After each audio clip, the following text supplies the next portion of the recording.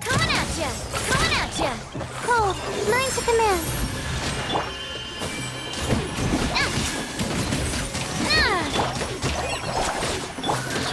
Hey there! Ha.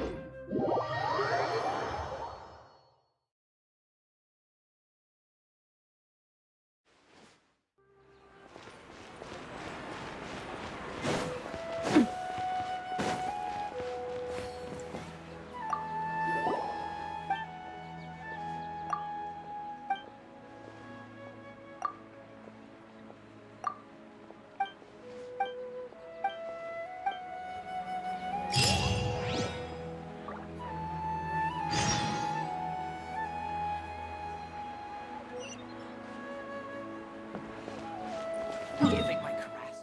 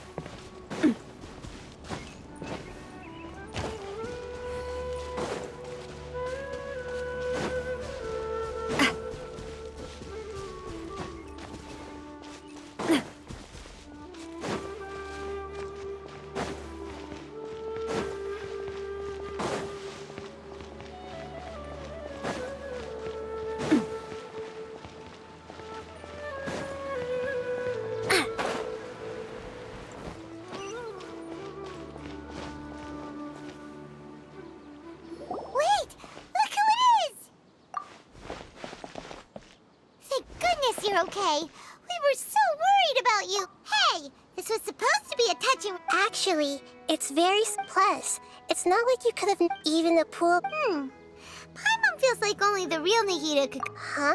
Well, When you left instead, luckily, I gave also. Would that mean you'd no longer be able to... Plus... We shouldn't get... Actually... Yes, I have... You didn't... We're looking... Okay.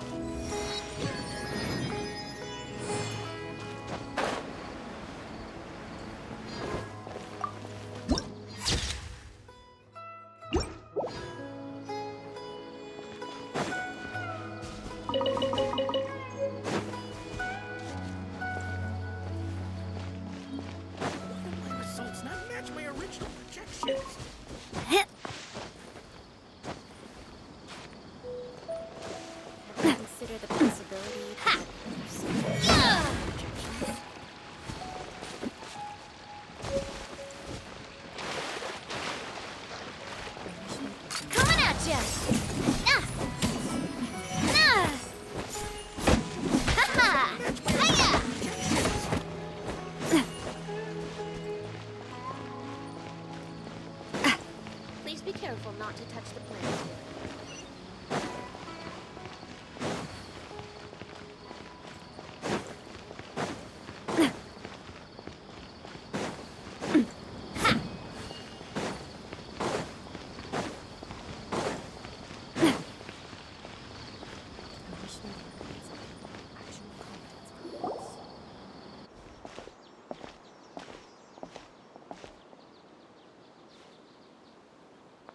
Traveler?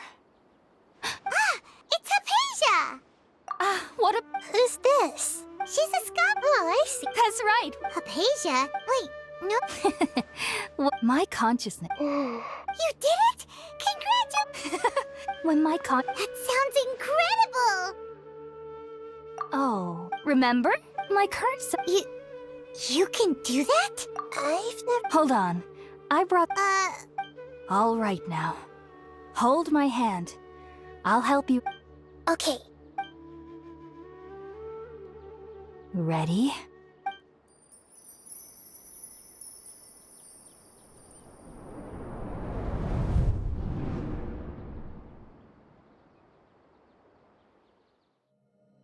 It took 3 betrayals for me to finally understand.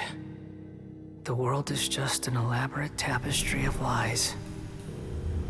My fury will never be quelled.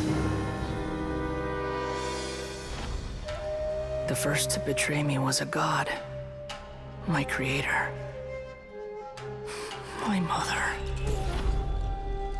Valuing strength above all, she saw no worth in me and I was discarded. The second was a human. My family. My friend. Consumed by fear, he saw me as an abomination. The third was one exactly like me. A hope for the future. A fledgling barely out of the nest. Powerless before his mortality, he broke his promise to me. Humans, they can't be trusted. And the gods fill me with pure loathing. So I said good riddance. I denounce the world and laugh in its face. My chest will never again be defiled by worldly filth. I will scrub away every last trace of human emotion. Then it will be empty, a blank slate, and ready to receive a supreme gnosis, brimming with pure divinity.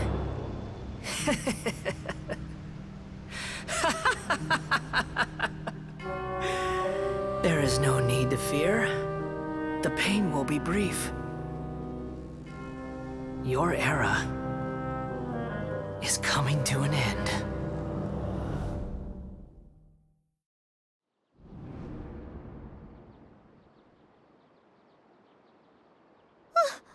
What was that? Did we actually just see the Balladier's memories? Everything matches what we know about him. But how is he connected to the divine consciousness that Hypatia was talking about? You saw it, right? You felt it, right? Such a majestic god! Such a noble will! Alas, shame. If only that which beats within my chest wasn't a filthy mortal heart. Do you understand now? I'm afraid this is no periporno life, but rather... You! Why are you so mean to me? Why is everyone hiding from me? I found divine wisdom. Shouldn't I receive praise and honor? Hypatia? That's how I always thought everything should be. Wait. Have I already lost my mind?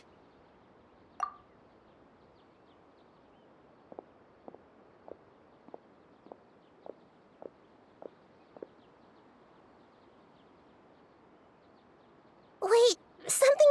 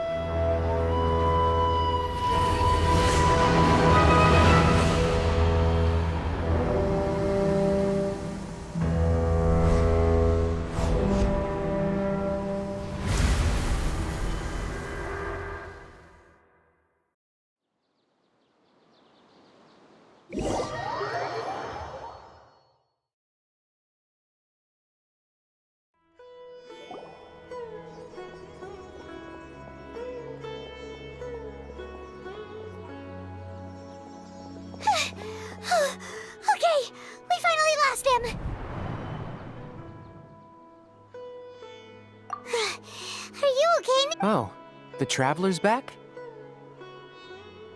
Nahida was controlling your body for a while. It seemed like she jumped over to you as an emergency measure right before the Catherine puppet was destroyed. After that, Tainari heard the commotion and came over. He helped us defeat the mercenaries and then he ran with us all the way here. What? You swapped places? You mean your consciousness also went into Nahida's body? Wait, then where is Nahida's consciousness? Where is she now? I never imagined that an individual's consciousness could be transferred around like this. Had I not seen it with my own eyes, I would have never believed it. I don't think this can be achieved with current human technology. Also, while we were running, the consciousness in your body told me to pass on a message. She said, "The doctor has found a way to trap my consciousness, so I can't journey with you anymore. But even in a moonless night, a shower of starlight can still drown out illusions and lies." Oh no! Nahida's trapped in the sanctuary of Suristhana for good this time. Was that message all she left for us? It's pretty vague. Oh, that makes sense. Since the doctor captured her, she won't be able to say anything without him knowing. She's being extra careful. Even in a moonless night, a shower of starlight can still drown out illusions and lies. Huh. Paimon knows the moon illusions and lies are from the alchemical divination at the Sub-Zeru's festival. Didn't Nahida use a starlight analogy before? It had something to do with Sataria. Oh, that makes a lot of sense. But she isn't with us anymore. Paimon, you said Sanctuary of Suristhana, correct? Does this mean that this Nahida you're talking about, the consciousness who was occupying the Traveler's body, is the Dendro Archon? Your guess is correct, but the situation's a bit complicated, so it's really hard for us to explain right now. That's all right. A scholar's curiosity doesn't need to be appeased right away. As for the complicated nature of the situation, safe to say I have witnessed that for myself. I've spent some time with you, and it looks like the Dendro Archon's also on your side. Thank you, Tainari. Oh, actually, we came here to ask you a question. What do you know about the project that the sages have been working on? Ah, that. While I was indeed invited to join that project, the sages were always secretive about its scope and goals, so I eventually declined. All I know is that the project has something to do with the restoration of Irminsul. Huh? Did you see something when you were in Nahida's body? What? Do you have any evidence?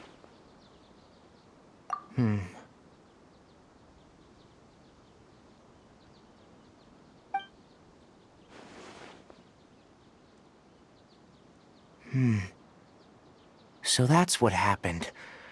That explains why Hypatia's symptoms were different from those of the other scholars who went mad. It's because she made contact with the consciousness of a new god who is still in the process of being born. Tainari, did you leave the Avidia Forest because of Hypatia? I did. I noticed Hypatia's mental anomalies, but since her symptoms were rather atypical, I secretly took her to Pardis Di and began searching for a way to return her to her normal self. If I didn't take action, Hypatia would have already been taken by the Matra to the desert, doomed to a life of exile at Aru village. Now that you mention it, I knew the Academia has never thought particularly highly of Lesser Lord, but I still didn't expect them to do something. The Doctor and the Balladeer. We have 2 Fatui Harbingers in Sumeru. From your description, I don't think they've completed their project. But then, what is the Yeah, it feels like we're still nowhere close to figuring out the sage's goals. Right, we've pretty much gone over everything we need to know, so... I'll stay here for now. If you're planning to go into the desert, start by heading for Kara. Come find me here if there's anything else I can do to help. May the spirit of wisdom go with you.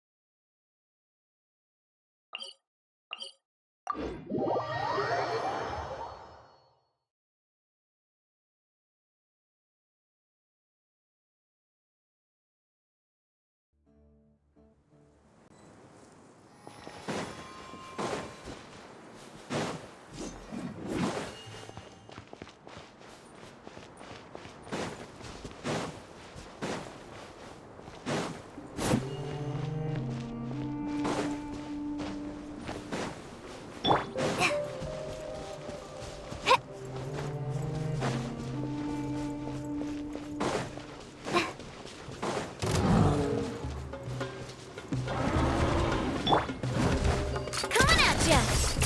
Hey there!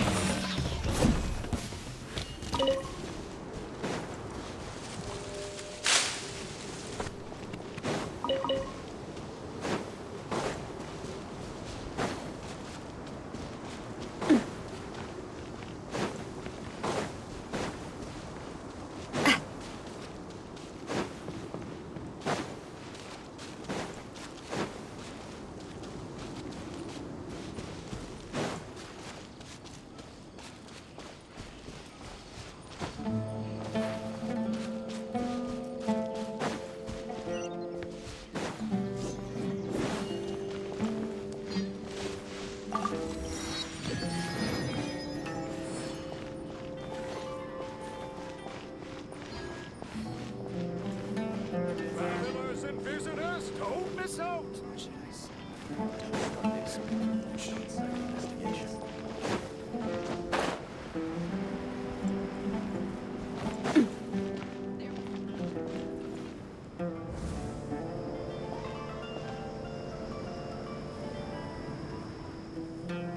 We finally made it to Caravan Rebot. So, just past this wall is the desert, huh?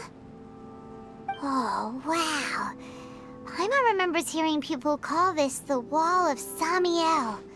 It's made to block sandstorms from the outside. Enough gawking. Come on, follow me. Huh? Over here. Oh, Haytham went that way! Let's hurry up and follow him. Wonder what he's up to.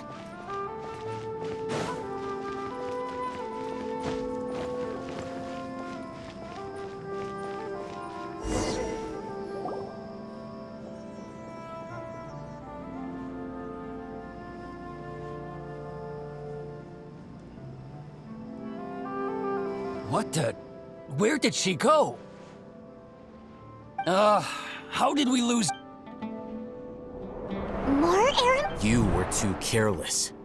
You should have noticed those hopeless... There's no need to thank me. I've never cared to keep track of personal favors. All I did was correct a mistake I happened to come across. It's a habit I... You really gave Paimon a scare, Al Haytham. We never thought we'd run into you here. Last time we met at Port Ormos, didn't you say you were going back to the Oh, so you've already landed yourselves on the However, Oh, right. You did... I have no And these days, not quite. To tell you the truth, I'm still in... Everyone says that... Which brings me back... The leader of Ain al-Ahmar used the Divine Knowledge Capsule right in front of you.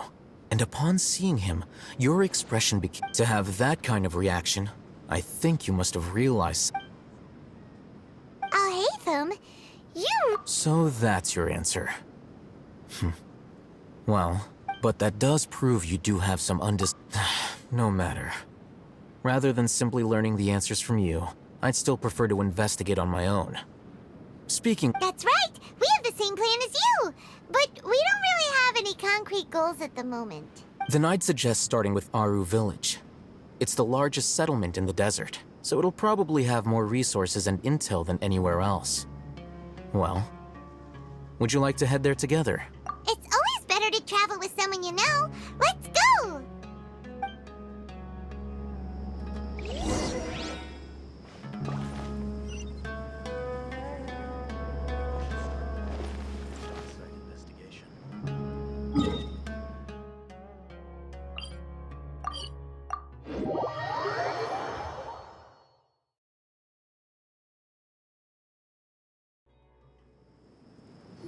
Before us lies Aru Village, the safe haven of the desert folk. Whoa, this landscape is really something.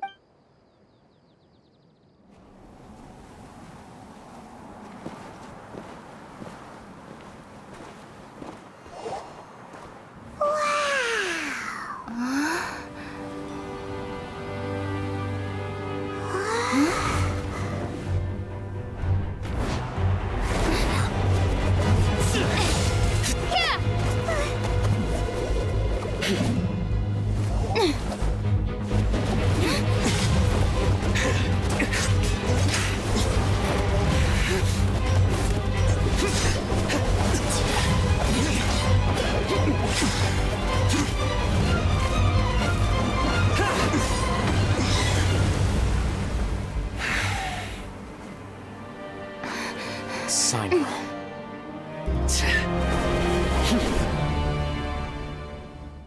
Unless my memory fails me, we have barely spoken 2 words to each other before now at the Academia. Would you care to enlighten me as to when and how I invited the General Mahamatra's wrath? Oh, Hatham. Do not think you can escape my judgment just because you managed to escape my attack. Judgment? So that's how you'd characterize your actions here, is it? Or would elimination perhaps be a more accurate description? Had I used my full strength, not even this traveler would have been able to stop me. Though styled like an assassination, I sought only to ensure that my target would be unable to flee or resist. Seemed to me more like your own personal touch. Who is that, Alhaith? Yes. General Mahamatra Sino, head of all the Matra at the Academia. He's a formidable hunter, and the ultimate nightmare for any who have committed You seem to have placed a lot of trust in Alhaitham, to the point of blocking an attack for him. If I were you, I'd never choose to side with him. I wouldn't believe a single word that comes out of his mouth. I have been pursuing this scribe for a long time. I urge you, stand back and do not seek to defend him any longer. Otherwise, Has Alhaitham done something wrong? Paimon doesn't think he's as bad as you've made him out to be. I won't waste my breath explaining things. Alhaitham, I saw it during our fight. Take it out. The divine knowledge capsule you're hiding on your person. Unless you want me to retrieve it for myself. Very perceptive of you. Nothing escapes a Wait, the divine knowledge capsule? Didn't it fall into the Matra's hands in Port Ormos? No wonder you speak with such confidence, Sino. But I must admit, I'm very curious. What does this capsule mean to you? And why, as General Mahamatra of the Academia, are you all alone in the desert? As far as I'm aware, the other Matra have been speculating about your disappearance. Have you been given a mission that's... Let's say, if I was the real target of your mission, what was stopping you from simply using your authority and resources to judge me within the walls of the Academia? I should have known you'd be difficult to deal with. You two? Ugh! What you would do, Traveler? Paimon feels like we can't trust either of them! Ahem. Well, look at you two, acting all tough and self-righteous over there. Wait, Dia? Great! Finally, someone that we can trust! You gotta help us out here, otherwise these two are gonna start fighting again! Yeah, sure looks that way. 2 giants from the Academia duking it out once and for all. Not something you get to see every day, that's for sure. Listen, I know you academic types love to fill up your big brains with self-righteous morality and lord your empty rules and but how dare you bring your petty disputes into the safe haven of Aru Village? It seems like someone's gonna have to beat some sense into your thick skulls until you finally learn to respect these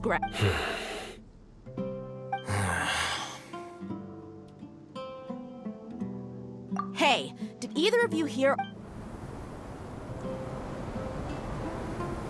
Whoa, what's going on? Another sandstorm? What's up with these recently? Hey! All of you, over here, quickly! We have to take cover! Someone's calling for us! Oh, this wind is too strong! Let's get over there! That sounded like Candace. Come on, you two. Jeez, are all of you academia folks such hard work? Move it! All right, stop yelling.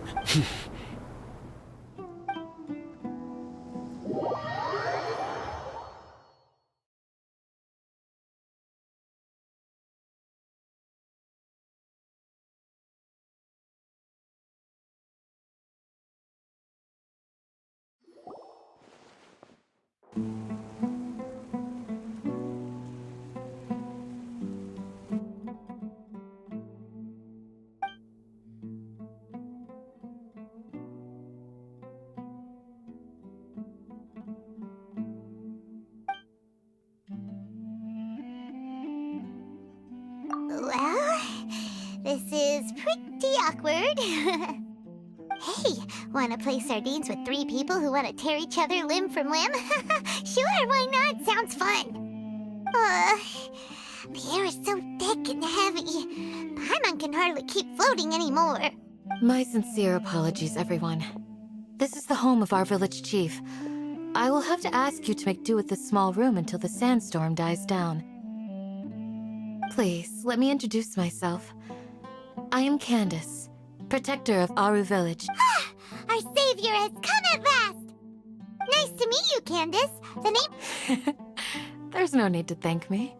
It's only right to help each other when the weather gets... Wow, she's so gentle and caring, like a nice older sister. Unlike those guys over there. All right. Now that we're all better acquainted, as a guardian charged with the responsibility to protect my fellow villagers from harm, and now that you have set foot within our village itself, it is all the more my responsibility to make absolutely sure that you pose no threat whatsoever to us. So please, have an honest and sincere conversation with one another, and put your hostile feelings to rest. If anyone dares to start anything again while they are under this roof, I will not hesitate to send them out for some quality time with the creatures of the sandstorm. Oh, on second thought, Paimon may have misjudged Candace's character. And that goes for you too, Miss Dia. Do I make myself clear? All right, we got it, Candace. That's what I like to hear. So I was supposed to be a mediator, but I might have gotten a little too involved just now. Anyway, one of those two should probably start talking. Wait, that was you trying to be a mediator?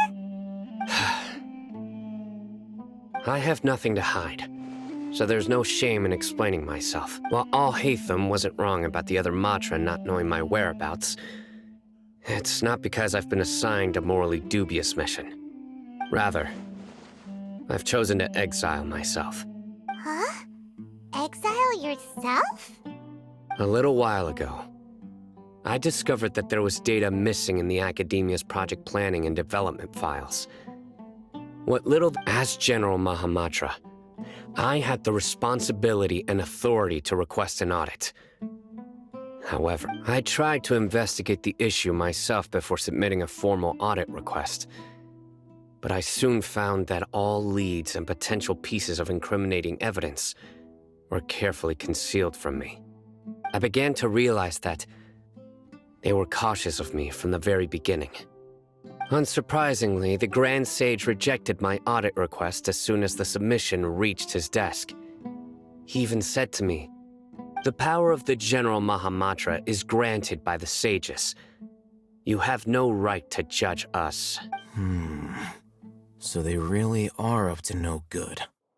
I realized then that to the Grand Sage, the Matra are nothing more than tools for the sages. The vows that we took, the principles that we strive to uphold, they are meaningless to the Academia of today. I believed it would be wise to flee the Academia before the sages had a chance to take action against me. This way, they can no longer see nor predict my actions. I will never give up on this investigation. There's no need for someone else to give me power or authority. Once I find the truth, I will administer judgment by my own name. Sino seems to have the same goal as us. We're all investigating the sages. Plus, now that he's no longer the General Mahamat, well, Sino, if that's your story, then why did you see Al-Haytham as a target? When I was investigating the matter in the academia, I overheard a conversation between Al-Haytham and a sage. The sages asked you to investigate a blonde-haired traveler. Do you dispute this, What? Like many parts of the project, this assignment was undocumented. Now, Yes, I was indeed. Al-Haytham? After all, the promised reward was so great that hardly any scholar could have refused. The sage told me, once you've completed this assignment, I can. a most enticing offer. Unfortunately, those academics, their words contained one key piece of information. Namely, that divine knowledge indeed exists. That gave me all I needed. From my perspective, the sages are far from trustworthy. Think about it. Isn't it a little... So, I began my own investigation following the lead of the divine knowledge capsule. In the end, I realized my wisdom in committing to this rather than collaborating with the sages. Had I been less guarded, I probably would have ended up like that Ain al-Ahmar mercenary, incapable of remaining sane for long enough to hold a conversation. You mean that the sages originally planned to dispose of you? I'd already given up on the assignment by then. I only told the academia I was waiting in Port Ormos for you to appear so they wouldn't suspect anything. So it came as quite a surprise when I encountered my erstwhile target while investigating the divine knowledge capsule. Criminals do love to talk about coincidences.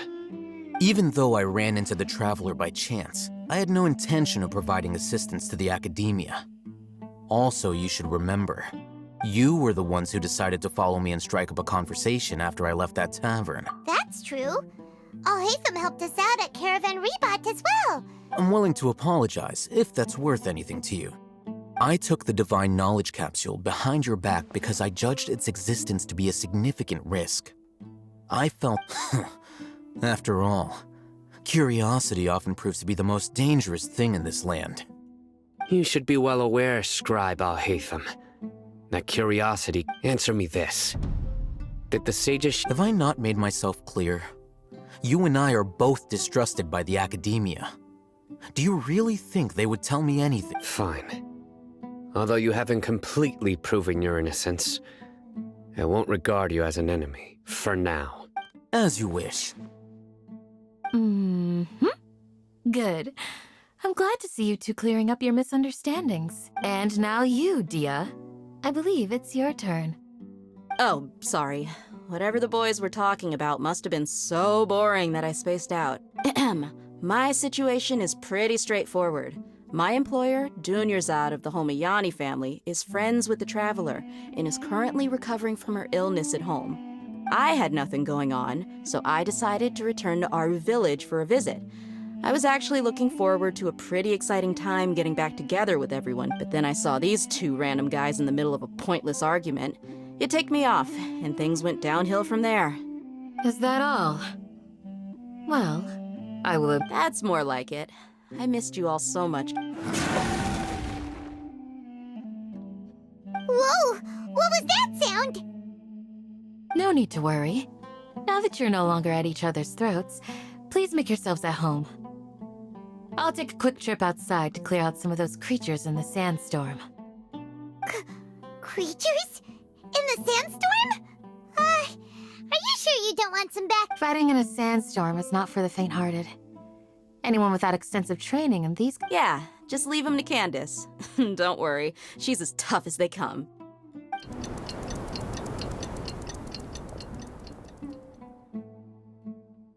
The wind's died down. That means the sandstorm's over, right? Candace still isn't back yet, though. Is she alright? Maybe we should go out and check. When you put it that way, even I'm starting to feel a little...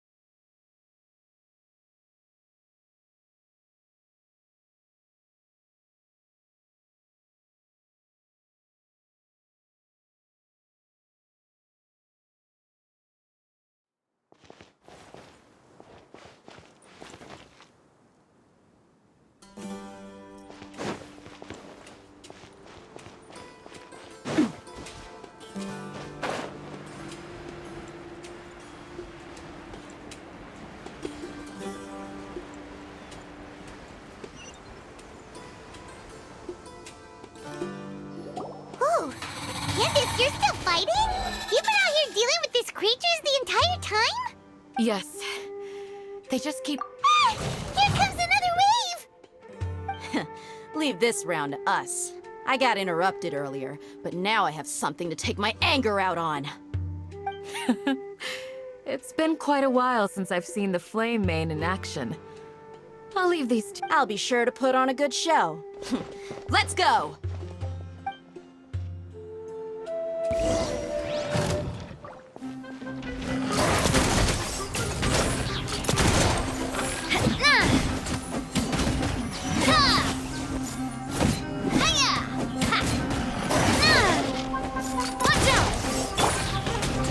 My guiding stars.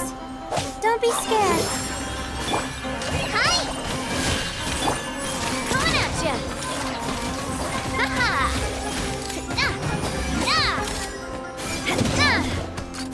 Hey there! Here comes another wave! When are they ever gonna let up?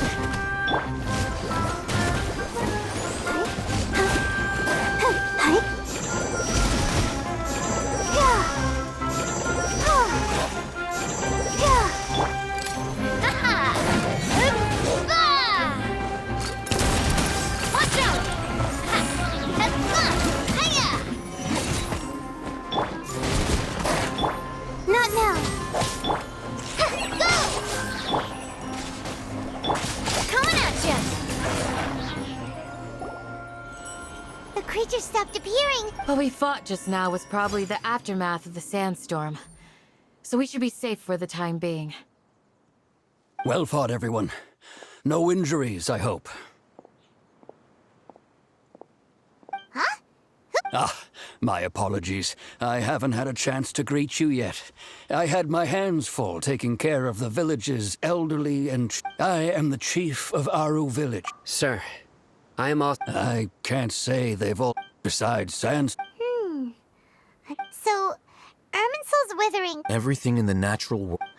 Everyone in Aru village speaking of which, why haven't I seen a single village keeper since I got here? Village keeper? Who are... Does your curiosity know no bound? Most of them are scholars. The academia believes that their crazed mutterings may have a negative effect on the psyches of other scholars. So, they're forcibly exiled to the desert. Alas, that's exactly what we've been trying to investigate. One by one, the village keepers have been mysteriously but no one in the village has ever seen them leave. If you're planning to stay around the village for the next few... I've had encounters with those people in the past. I'll see what I can do to help. The Matra are the ones responsible for their exile. Now that you're no longer with them, are you... Mock me if you will, but if you are guilty... Oh, you're the former General Mahamatra. You must be an expert in these kinds of... Is it because you're reminded of Hypatia? Oh, these poor Scott. But, is it really a good idea to tag along with Sino? You seem... I'll be grateful for the assistance. No doubt you will do a better job than some of my former subordinates. Let's start by finding a spot to share what we know so far.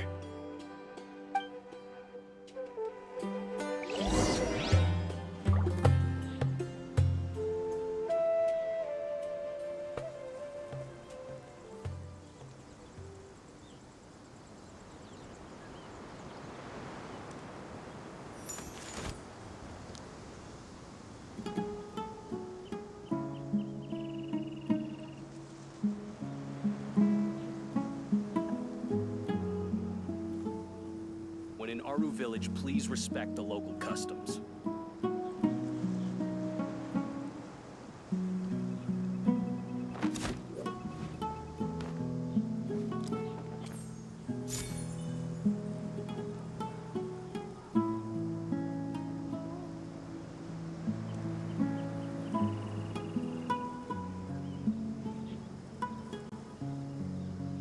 My time with the Spina has taught me that carrying an unreliable weapon is worse than not carrying one at all.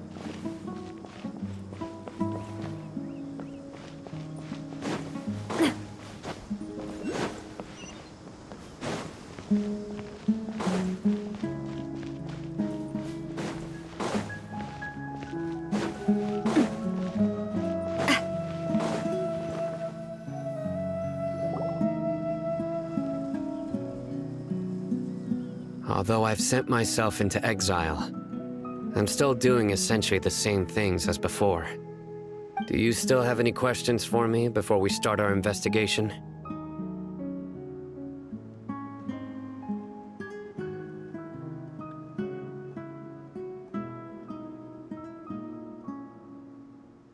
One of my former subordinates told me that this title has its origins in a strange incident. The Academia has long exiled mad scholars to Aru Village. When mad scholars first arrive, they are as incoherent and deranged as before. Initially, the people of Aru Village greatly resented having to take in the mad scholars. But a strange Aru Village was struck by the strongest earthquake in living memory. Seeing buildings on the verge of collapse all around him, the then chief of the village was preparing to take everyone to safety. Suddenly, he noticed a mad scholar crouching in a corner, caressing the ground with his hands. A soft, green light radiated from him, like a divine glow against the backdrop of night. Despite the powerful tremors that ripped through the ground that night, all the houses remained upright, almost as if they had grown roots reaching deep into the ground. In the end, not a single building collapsed, and no one was hurt. After that, the people of Aru Village treated the mad scholars with greater kindness, and began to refer to them as the village keepers. A soft green light? A mad scholar protecting Aru Village? What do you make of it, Traveler? Paimon thinks so too. Actually, Sino, do you know if any of the mad scholars continued to wear their Akasha terminals at Aru Village? In theory, they would continue wearing them so the Academia could still monitor their activities. With that said, the main Akasha system would no longer have any interaction with them. Oh, no wonder! Everything makes sense then! Add in the fact that they calmed down, it was probably Nahida who calmed them.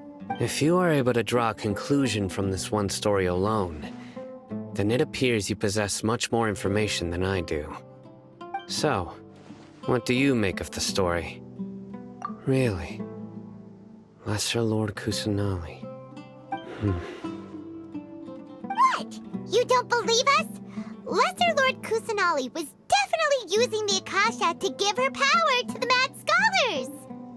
No, it's not so much that I don't believe you.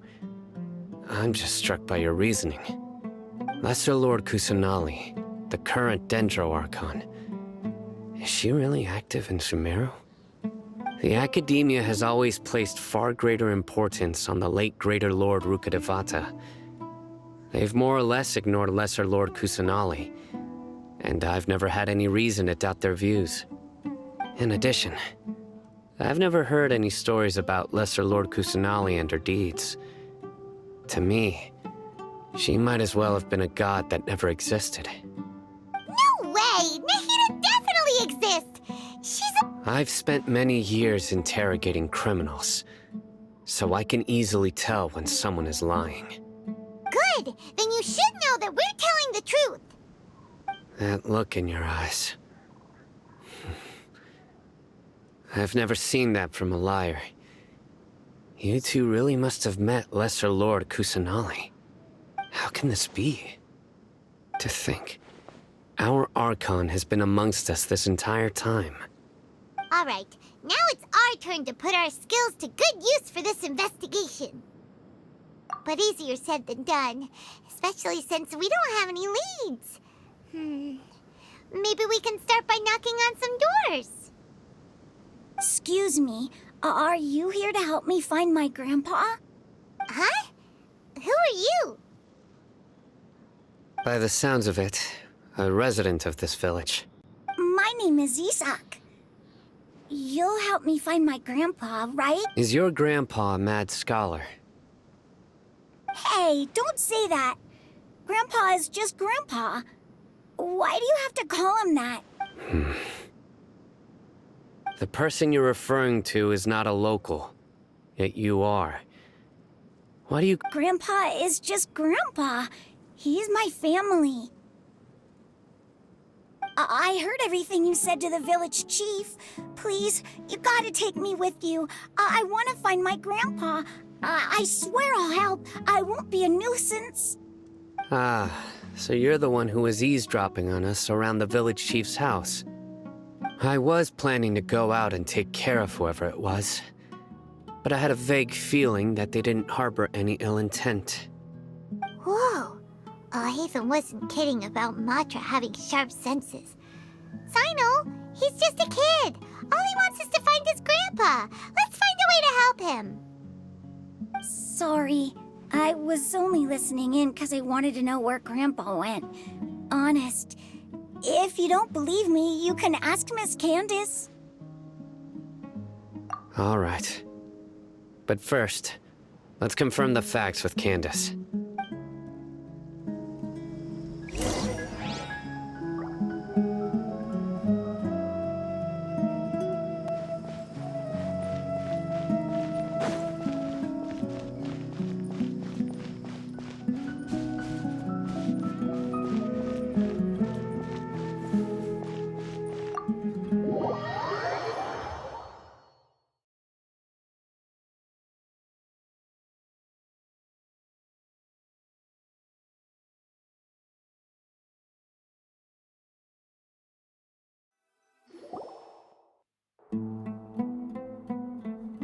Sino is super... Ah, you're back already. We just wanted to confirm something with you. Do you know a boy by the name of Isak? I had a feeling he'd go looking for you. Huh? You knew this would happen? Yes. Although he tried his best to stay hidden, I still noticed him eavesdropping outside the window. He really wants to get his grandfather back. Isak's parents were both Aramite mercenaries who rarely returned to the village after finding employment in the city. He was raised by his grandfather. Unfortunately, it was only a few years before his grandpa passed away. Isak was still very young at the time, so various families in the village took turns caring for him so he could survive. Later, an elderly mad scholar arrived at the village. Isak thought the scholar bore a striking resemblance to his grandfather, and thus often spied on the man. However, the scholar was unkempt in appearance and incoherent in speech. Although Isak referred to the man as his grandpa, he was afraid and didn't dare to approach him. One summer night, the oft mumbling and bumbling grandpa suddenly calmed down and seemed to become more lucid. He even noticed Isak hiding in the distance. So Grandpa walked up to Isak and patted him on the head. He even took Isak to the entrance of the village, where he patiently taught the boy the names of the stars and accompanied Isak until he fell asleep. The next morning, Isak woke up and wanted to go find his grandpa again, only to realize his grandpa no longer recognized him. However, even so, Grandpa retained his calm expression. It's said that those who saw the scholar claimed he no longer appeared to be crazy, but appeared to be living in his own world, almost as if he were sleepwalking. Isak was thrilled that his grandpa was able to find peace and would follow him all the time, asking him things like, "Grandpa, want me to take you somewhere fun?" Or, "Grandpa, could you tell me stories about the stars again?" All this somehow just makes Paimon feel really sad. It seems like they both deserve so much better. Perhaps. Nearly everyone who lives in the desert has some form of hardship or regret. But even so, we must still continue on with our lives. It's also my reason for fighting. I must continue to protect this land.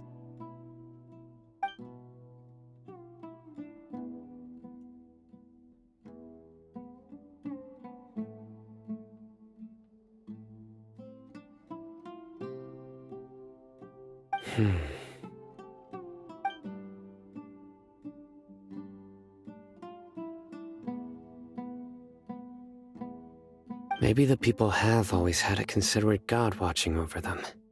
Huh? What did you say, Sino? No, nothing. As long as Esau keeps his word and doesn't get in our way, we can take him along. Perhaps you are more compassionate than I gave you credit for.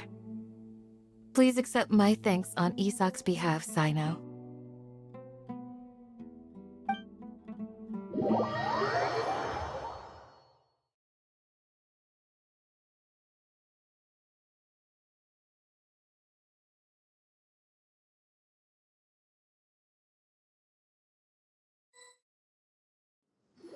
Hey, Isak! Oh, it's you guys! We've cleared everything up. Let's go find your grandpa. Really? Wow! Thank you so much! Yeah! All right. Let's ask the local residents some questions first.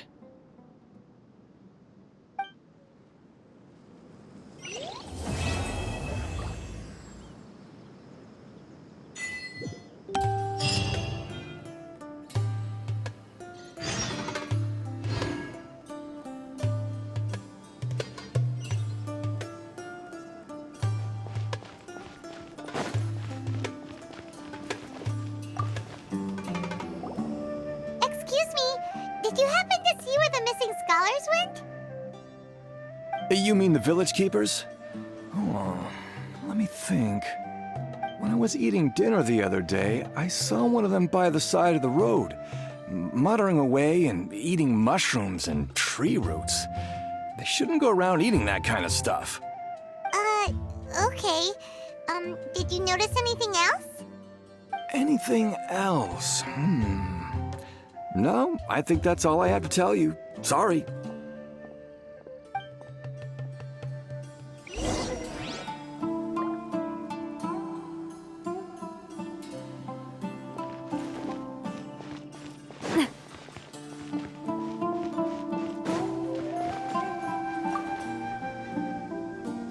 The scholars that have gone missing. Have you seen them? Those eyes. Those fierce eyes. You look like a real fighter. Don't change the subject. Right. You were asking about the the mad scholars. I think it's been a few days since I last saw them. I usually go to bed pretty early, so I'm not too familiar with what goes on at night. But honestly, I feel quite sympathetic towards them. Even though they act a little strange, they've helped me in the past. If it weren't for them, my house would have collapsed long ago. Do you also think Grandpa and the others are good people? Grandpa? Oh, hello there. It's little Isak. You mean that nice man who looks like your grandpa's long-lost twin, right? He was actually the one who protected my house. I saw it with my own eyes. He happened to be staying near my house that day and was doing something with his hands on the ground. It still feels pretty surreal now that I think back on it. Did someone teach them how to do that? Well, whatever the case, I'll always be thankful to him and whoever taught him to look out for others. I'm pretty sure that if I ever went mad, I wouldn't be able to do anything like that. Gotcha. Thank you.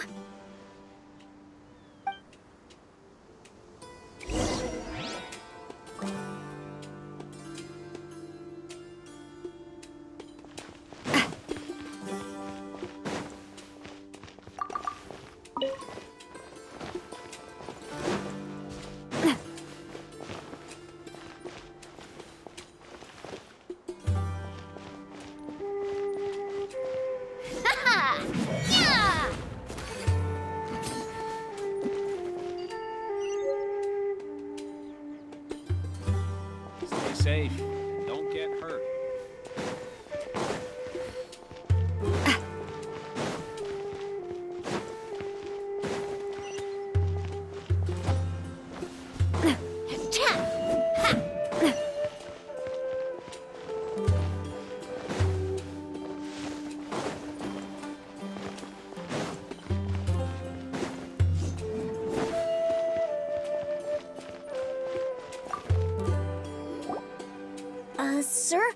Have you seen my Oh, well, if it isn't Isak. Oh, your grandpa, huh? It's been a while. The last time I saw him, he was spacing out by the road as usual. I went and asked him if he'd like any of the food I had prepared, despite my wife's protests. Like many people, she's really quite terrified of them. And speaking of my wife, she's still always complaining about how I don't make enough mora. That might explain why she's always mad at me. Oh, thank you. Thank you for taking care of him. It was nothing. You're looking for him, right? Did he go for a walk and get lost? Yeah. That's no good. Well, once you found him, come by my place again and I'll cook a little something for the both of you. I've known you since you were very young, so as far as I'm concerned, you're family. Please feel free to come by anytime. Wow, what a nice guy! Okay. Thank you, sir. Huh? Don't say anything for now. Isak, stay here. Let's head over there. Stay quiet as you move.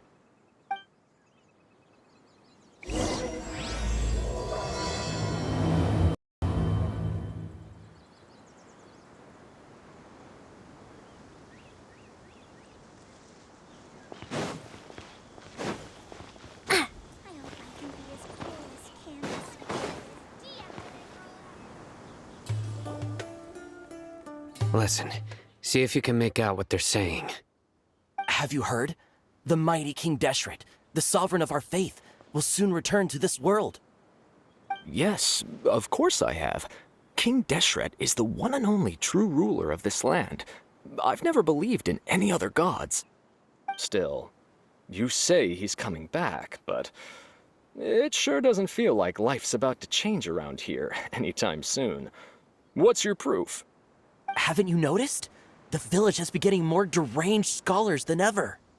Delavar was saying that many people also went insane just before the fall of King Deshret's civilization in ancient times.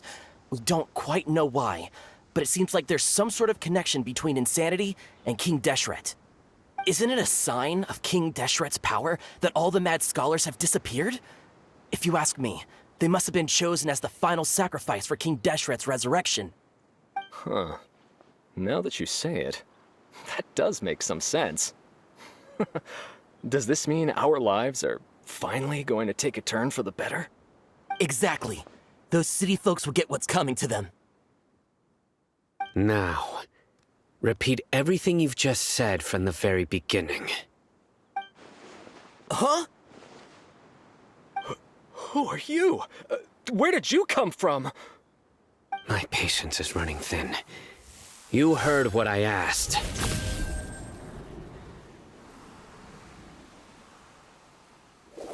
Yeah, bro, this guy's something else. Just look at his eyes. One wrong move, and he's gonna flay us alive. Let's not get on his bad side, okay? I am no match for this guy. Oh, okay, good sir. What is it you would like to know? Tell me about King Deshret's resurrection. Well, I only know a few things from hearsay. I went for a drink the other day and heard others talking about a rumor that the madmen will disappear and that King Deshret will return to this land. I'm not making this up, I swear! Hey, go on, keep talking. It's true. It's all true, sir. We desert folk have had more than enough of those people at the academia. They keep sending us all their mad scholars and won't let us have a good life. Would you want to live like this if you were in our place? The radicals were even more thrilled than me when they heard the news. We're all praying for King Deshret's speedy return. Delavar also said that once King Deshret returns to our side, it's only a matter of time before we conquer the land on the other side of the wall. They're all willing to serve under King Deshret and fight for a share of the glory. Is that so? Seems like he still wants to know more. Keep talking. Got it. At first, I told myself it was just the drink talking, but then all the mad scholars vanished without a trace, just as the rumors said. Please don't beat me up just for mentioning these rumors. If I'm guilty, then everyone else around here is also guilty. I'm just saying what the others said. The people here really like King Deshret, but dislike the Dendro Archon. Where is this radical person you talked about?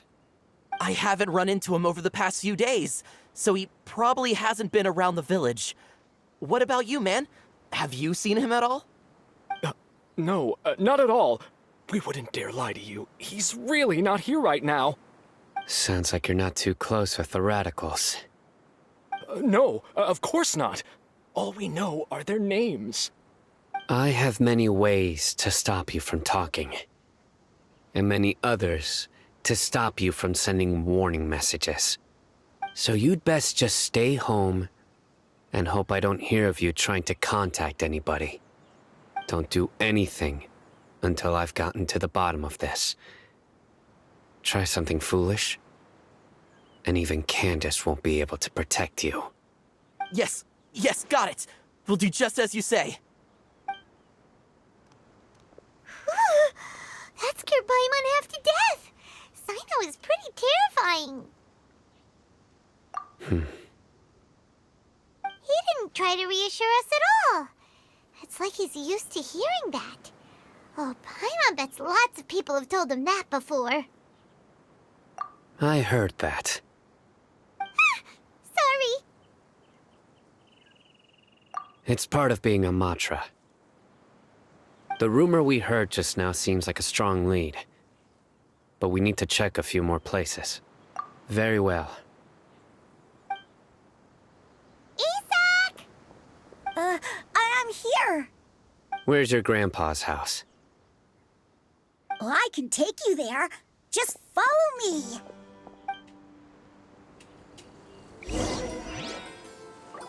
Join the Eremites and embrace a wonderful new life.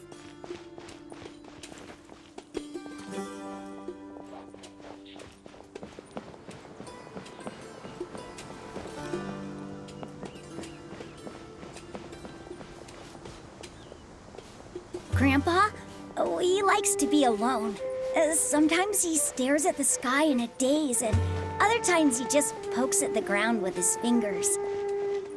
Every now and then, he yells out at the top of his lungs, so a lot of people are really scared of him. But he's a good person, really. I know he is. I swear, he's just like my real grandpa.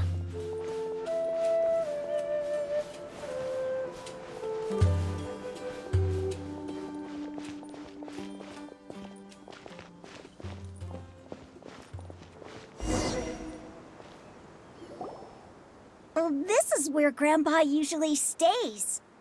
There sure isn't much here.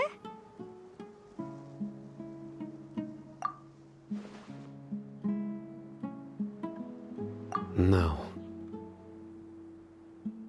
Incense? Please don't say it's the same one as before. But are you okay? Are you getting dizzy or need to lie down? There's a scent that you can sense, but I can't. A certain traveler here once passed out from that smell. Thankfully, Tainari saved the day. And then he gave us a long lecture to explain all about how it worked. So, you know Tainari? Huh? You know him too? Are you two friends? Yes. Now that I concentrate, I can... Wait, surely Tainari didn't lecture you too. No. No need. Did you first encounter this scent at time in the forest?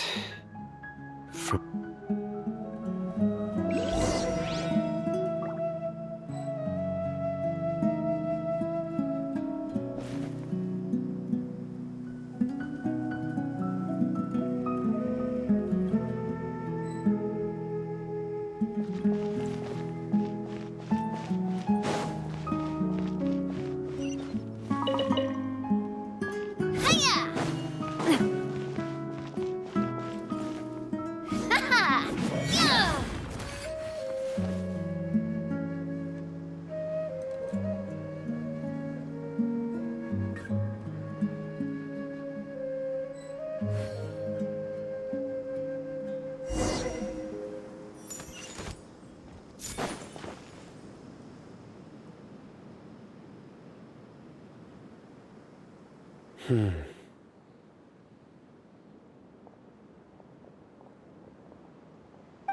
are you looking for, Sino? Here it is. Take a look right here. Paimon doesn't see anything. Although the traces have been completely buried in the sand, there are footprints here. From the size and shape, they belong to an adult male. This pattern is a common one from this area. Local shoes. This was probably someone from the village. The scent is quite faint, but still extant. The footprints... But who would come looking for Grandpa? He doesn't have any friends. We'd have to ask whoever lured him away with the incense. Huh? So you can lure someone away with just... Hey! What's wrong with liking good food? Everyone's got something they love in life. Exactly. Most scholars are fond of incense, since the smell supposedly helps them clear their minds and discover new knowledge. Even deep within the clutches of madness, they still yearn for their knowledge-seeking days, and will follow the scent whenever it presents itself. No, Grandpa. So, someone's taking advantage of their weakness? Huh. Are the rumors really true?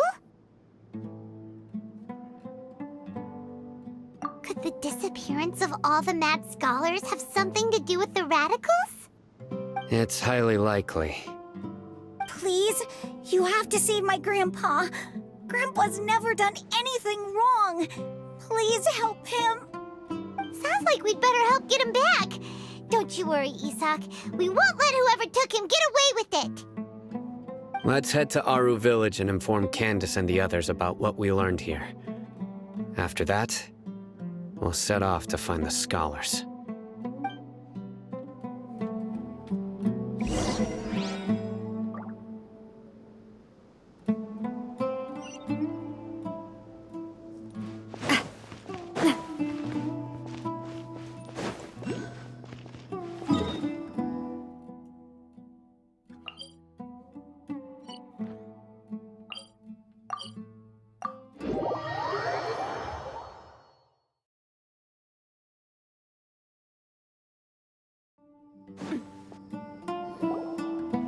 Right. The darker fabric definitely looks a lot better. That'd be my choice, too. We're back, Candace! We've got a lot to tell you. Ah, welcome back. Sounds like everyone's friends already. Oh, Dia's here, too! You bet. So, everything goes smoothly? Reasonably. Alhaitham didn't go with you? We haven't seen him at all. Huh. I saw him around the village entrance earlier and figured he was investigating with you. I guess he must have gone off on his own. Did you find out anything useful?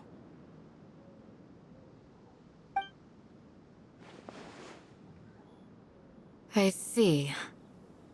So someone used a kind of incense to lead the exiled scholars away from the village.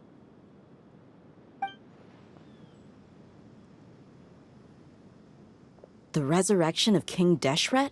First I've heard of it. Far as I know, the kind of incense you just mentioned is only popular beyond the wall. Scholars are fond of it, but as you can see, there aren't many scholars still studying around these parts. No seller would be able to make a profit here. Not to mention, making incense is a labor-intensive process. You won't see anybody in the desert with the patience to make or sell something that requires that kind of effort. It seems someone from beyond the wall must have been supporting this. Makes sense. So what should we do then? Do we go back to the academia and search for leads there? If it was any other day, that would be your next logical step. But today, you've got me on your team, so you get an extra tip. Didn't you say that the villager got his news from the tavern? Well, I also like to drink at the tavern, so I know a thing or two about these radicals he mentioned. If Paimon remembers correctly, the leader of the radicals is some guy called Delavar. Ah, yeah. Delavar, the scar-riddled bandit, Engur, the wide-eyed butcher, and Jabari, the duck-tailed bearded crook. The whole lot of them are known around these parts.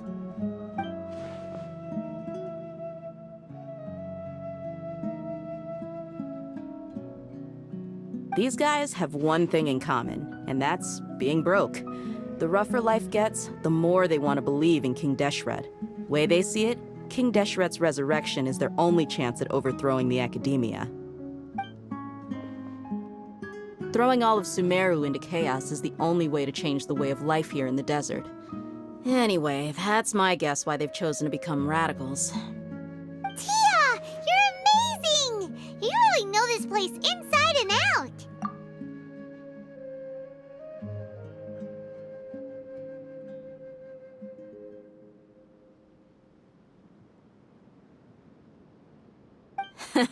No merc can afford to slack off on gathering intelligence.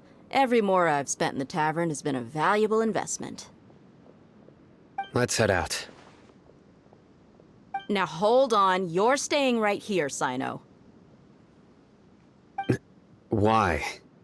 Aru Village is not a big place. Outsiders stand out here like a sore thumb. I'd bet word about you has already gotten out. The desert is unforgiving, so the way of life here is also a lot tougher than on the outside of the wall. You survive on making connections out here. Compared to you, mercs like me are just third-rate amateurs. I've got no actual fighting skills to speak of. But that also makes it a whole lot easier for me to gain the locals' trust. I need to go around and ask some questions, but it'll be difficult if you're with me. Fine. Good. Then we've got a plan. The Traveler and Paimon will go to Caravan Rebot with me, and we'll try our best to figure out where the mad scholars have been taken. Sino, you'll have to stay in the village and continue investigating on your own. All right, sounds like a plan.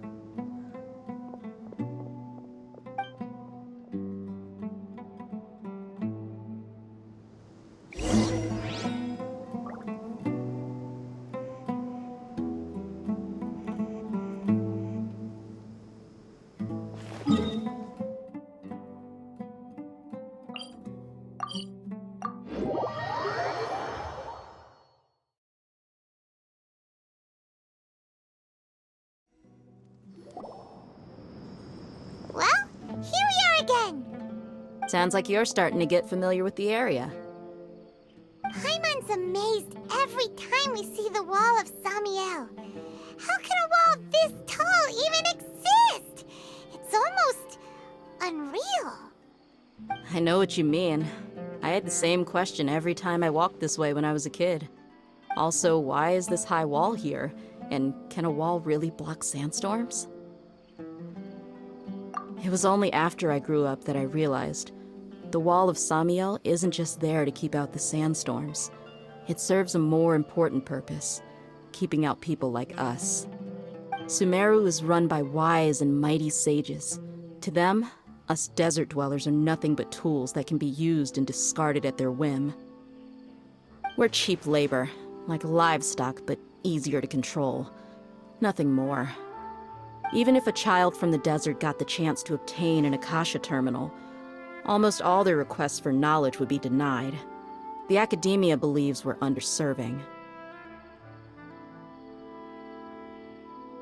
Geniuses like Sataria are 1 in a million.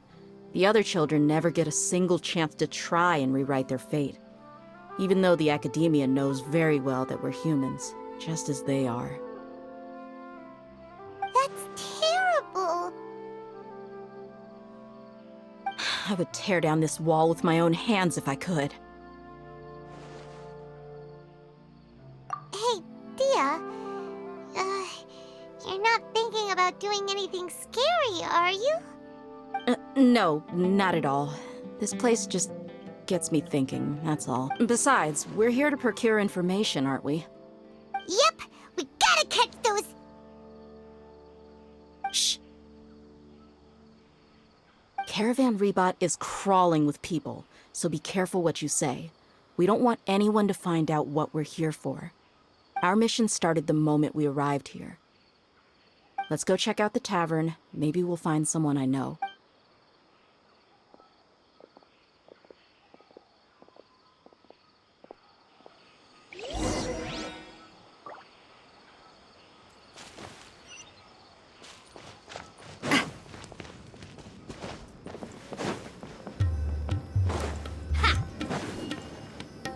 Just our luck.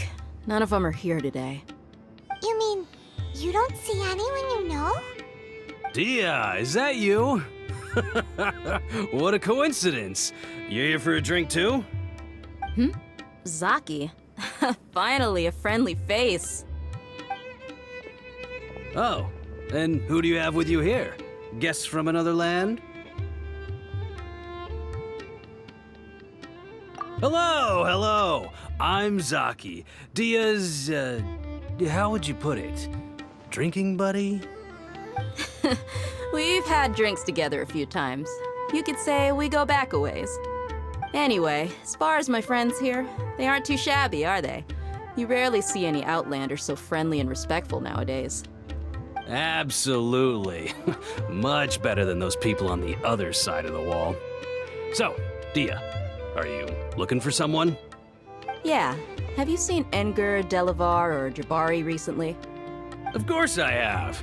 Matter of fact, we were all here drinking together just a few days ago. I've got a spice trading deal from another nation. I thought maybe Delavar and his friend— Ah, how thoughtful of you. Then I assume you also know that Delavar's been having a hard time making ends meet these days. So— Hey, keep it down. Let's just say I prefer to keep this deal a secret. Y'all at Caravan Rebot are like family. If there's more to be made, why not do it together? Besides, Delavar and his friends have muscle. They'd be a good fit for escorting the goods. Yes, how considerate of you. Delavar's my friend too, so of course I can take you to him. Come with me.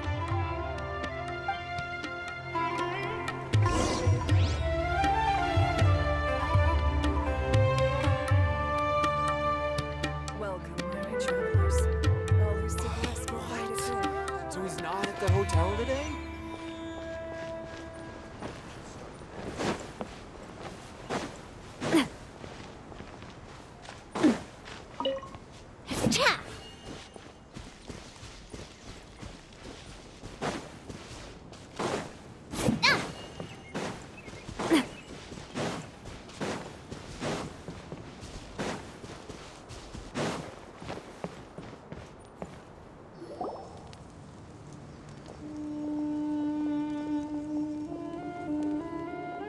Are we there yet?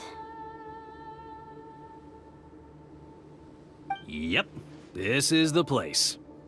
This place is practically deserted. What are they doing in a place like this?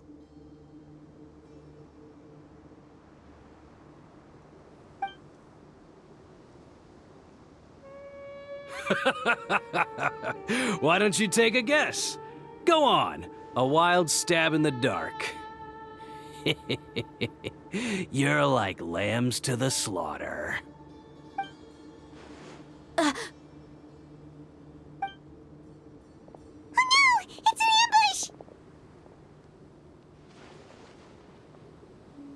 ambush! What's this all about, Zaki?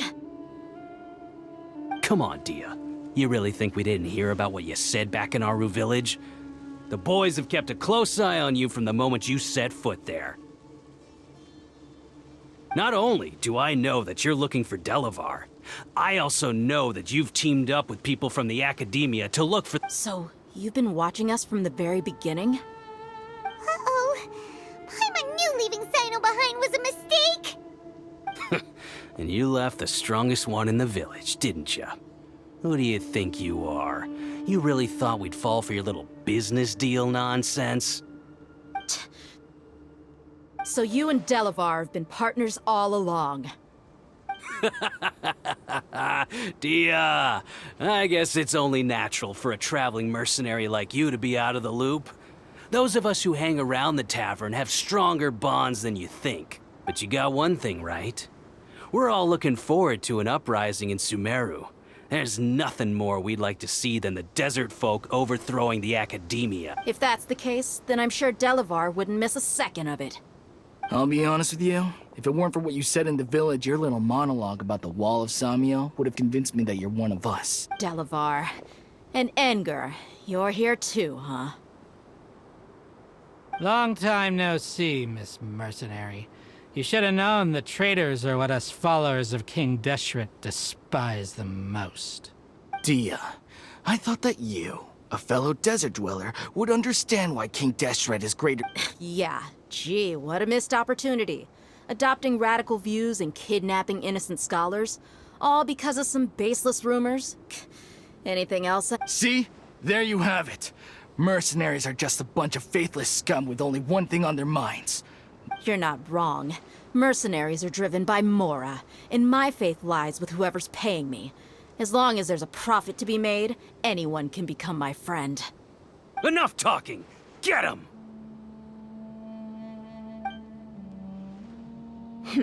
Just as I expected. Let's teach him a lesson, traveler. Following orders. New punching bag. Punching. Take that! Fight this on for size. Yeah, my guiding stars. Stars, shine through. Watch out! Watch out! Cha! Hiya! Ha!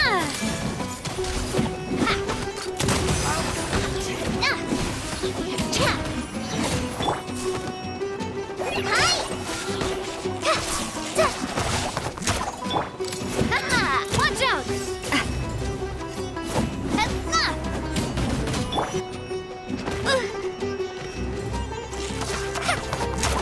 Go! Hey there!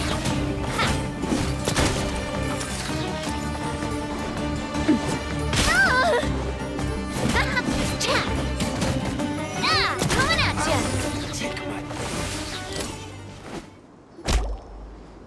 Impossible! How could you? So, what do you think about your meticulous network now, Zaki? How did you say it? It's only natural for a traveling mercenary like me to be out of the loop. I'm guessing your informant told you that I'm just an incompetent merc with no real fighting skills, correct? I mean, that is what I said after all. And of course you would believe everything he reported. The only thing you know about me is that I'm a mercenary, but you've never seen me in action. Even though you heard we went to handle monsters together, you believed that Candace was the only one doing all the real fighting. That so-called Flame Mane is just a fraud. She admitted it herself. She just uses her connections to gain the trust of others. That's what you thought, right? Ugh. You lied in the village because you figured that we'd have people watching you. And you were stupid enough to fall for it. I figured as much the first time we drank together. You all thought you were so smart. Pathetic. Okay, that should be all of them. Whoa! So you've been planning this since we were in Aru Village? No task can be done without preparation. I just happened to notice a couple suspicious-looking people while you were out investigating. Oh, but instead of catching them right away, you let them report... Those two who were snooping around were just a couple small fries. Oh, you mean the funny name she mentioned back in Uncle Ampu's house? The wide-eyed butcher, scar-riddled bandit,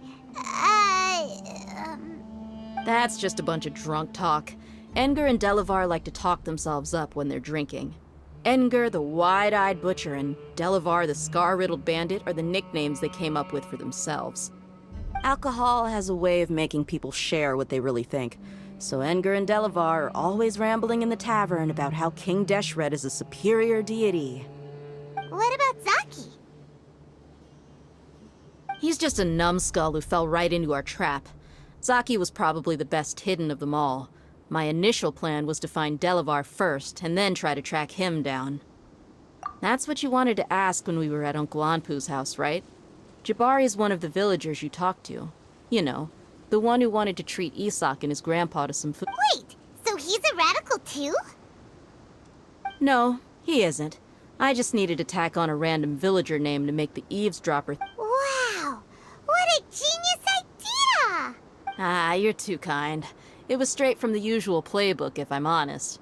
So, that thing you were saying before, is it really true? Hmm? About what?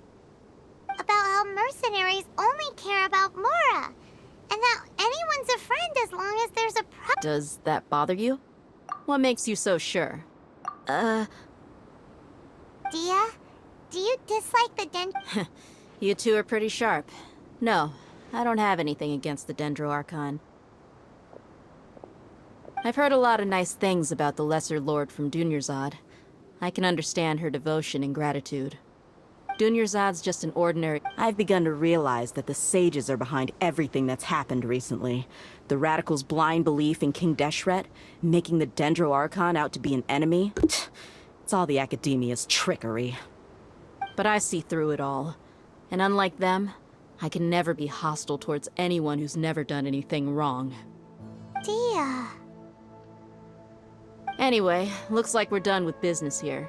Traveler, lend me a hand. Let's tie him up and bring him to the village.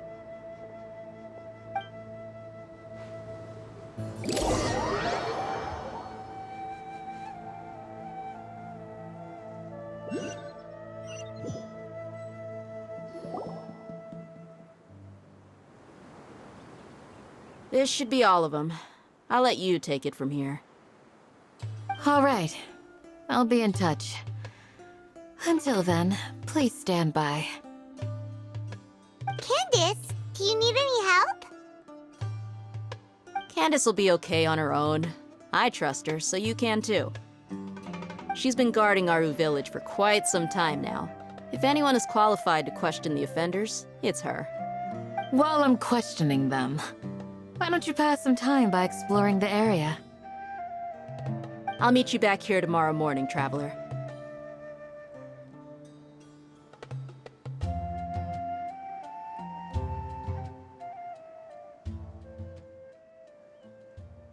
As for these idiots, let's just hope they live to see another day.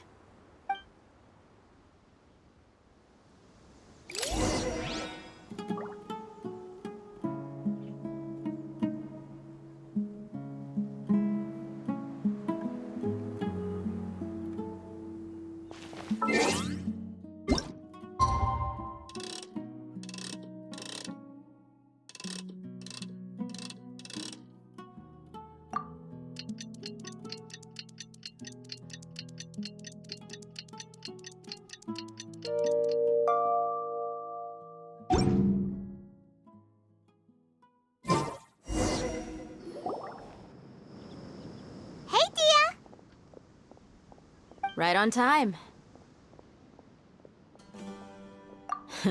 We'll know any moment now. Paimon's been wondering. You seem to know Candace pretty well. Have you been friends for a long time? We've known each other for some time now. She's a pretty interesting person. Even though she's an extremely strong warrior, she never misuses her powers against others. Oh, Paimon knows what you mean. Like a lot of martial artists say, never take the fight outside the ring. Yep, I guess you can put it that way. It takes strong convictions to be as dedicated as she is, and shoulder that kind of responsibility. Us mercs, on the other hand, we pretty much live from one day to the next. Well, Paimon thinks you're great too. Really? Thanks for that.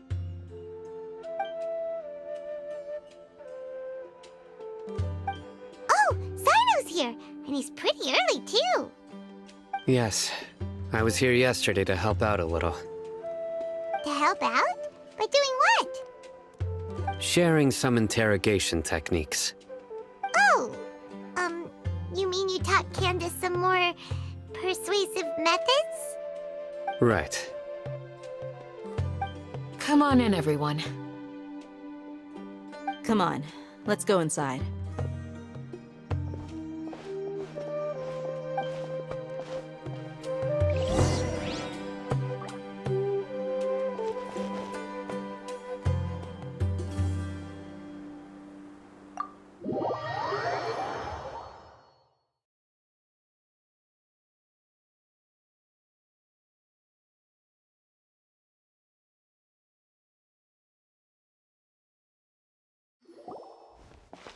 Candace, where... Whoa, you look furious. Do I? Huh. What gave it away? Oh, there's no mask that can hide true bloodlust. Cover up your eyes, and it'll still show itself at the corners of your mouth. Perhaps I need to work on my composure. Still, it's perfectly understandable why I'm angry. I'm sure everyone present would agree. Yes, ma'am. Please, don't beat us anymore. We're gonna die. Well, looks like Sino taught her well. You fear death yourselves, yet you do not hesitate to place the lives of others at risk. The absurdity is mind-boggling. The ones you call mad scholars are known to us as the Village Keepers.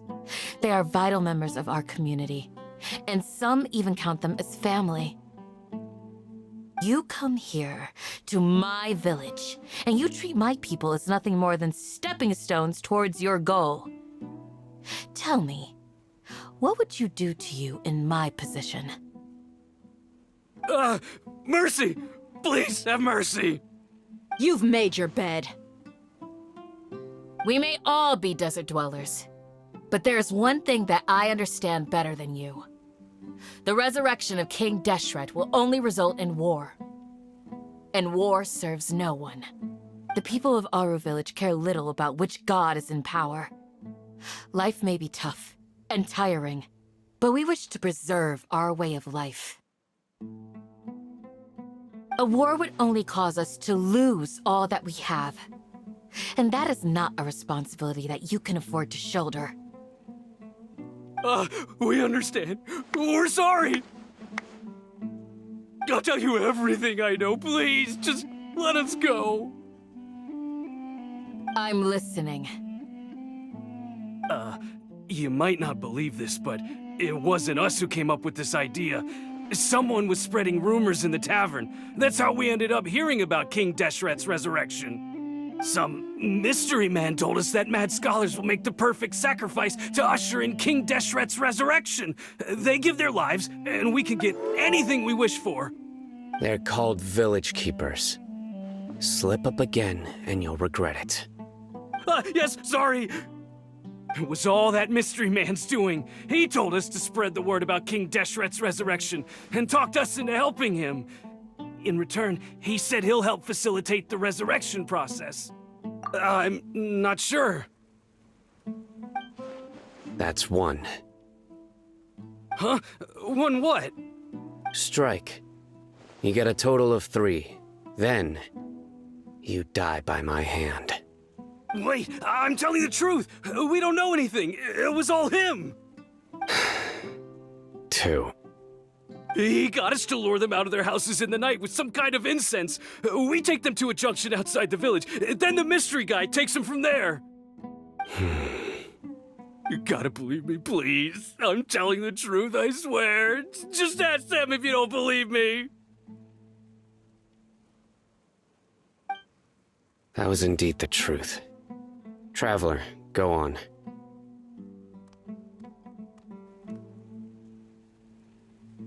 You have to believe me. If I knew that, I would have told you his name right away. I'm not risking another beating to keep his secrets. No way. That guy, he wears a cloak, and he's always careful to cover his face. He calls himself King Deshret's envoy. I believe I may know what's going on. Uncle Anpu? What do you mean?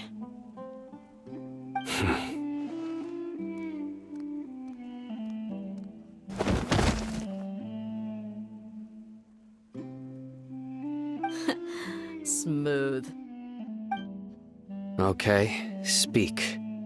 If my suspicions are correct, this mystery man they speak of could be from the Academia.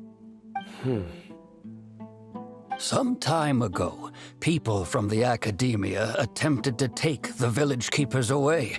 I refused, insisting that they are part of our community. It strikes me now that this secretive character shares the same goal they had. Which means it's highly likely that the Academia was purposely spreading a false rumor to trick the radicals into delivering the village keepers right into their hands. They were the ones who brought them here to begin with. Now they're trying to take them back? We aren't gonna let that happen. Not the Academia again. Just as I thought.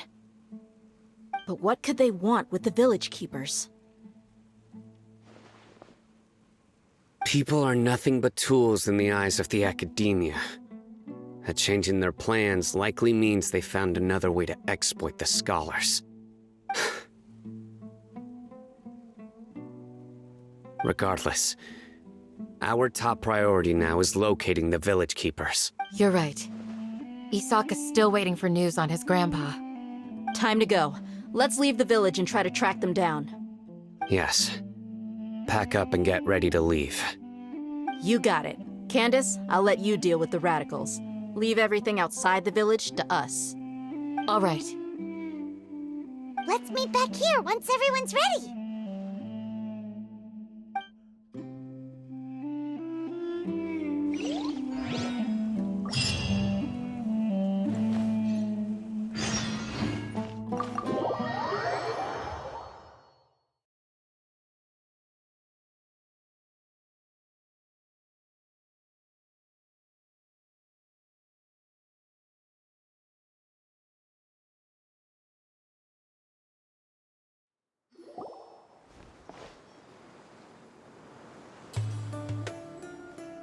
Let's get some food in us and then we'll... Whoa! Where did you come from? Well, as you can see, I am merely sitting here and reviewing what we have deduced thus far. You were gone for ages! And now you're suddenly sitting here musing to yourself? Where have you been anyway?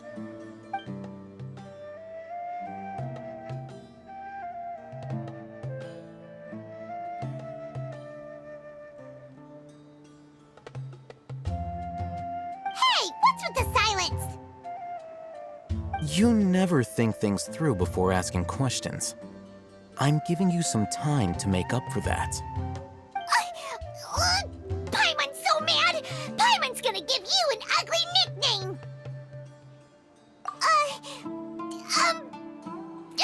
Never mind! Paimon's got nothing. There's just nothing super obvious to pick with this guy. It makes it so hard. Well, you've heard nothing to suggest I left this whole time, so clearly I stayed in the village to investigate. Anyway, you plan to leave Aru Village and keep searching for the truth of this matter, yes? Yep. We're not gonna find out anything more by staying here, so we thought that we might as well take the search elsewhere.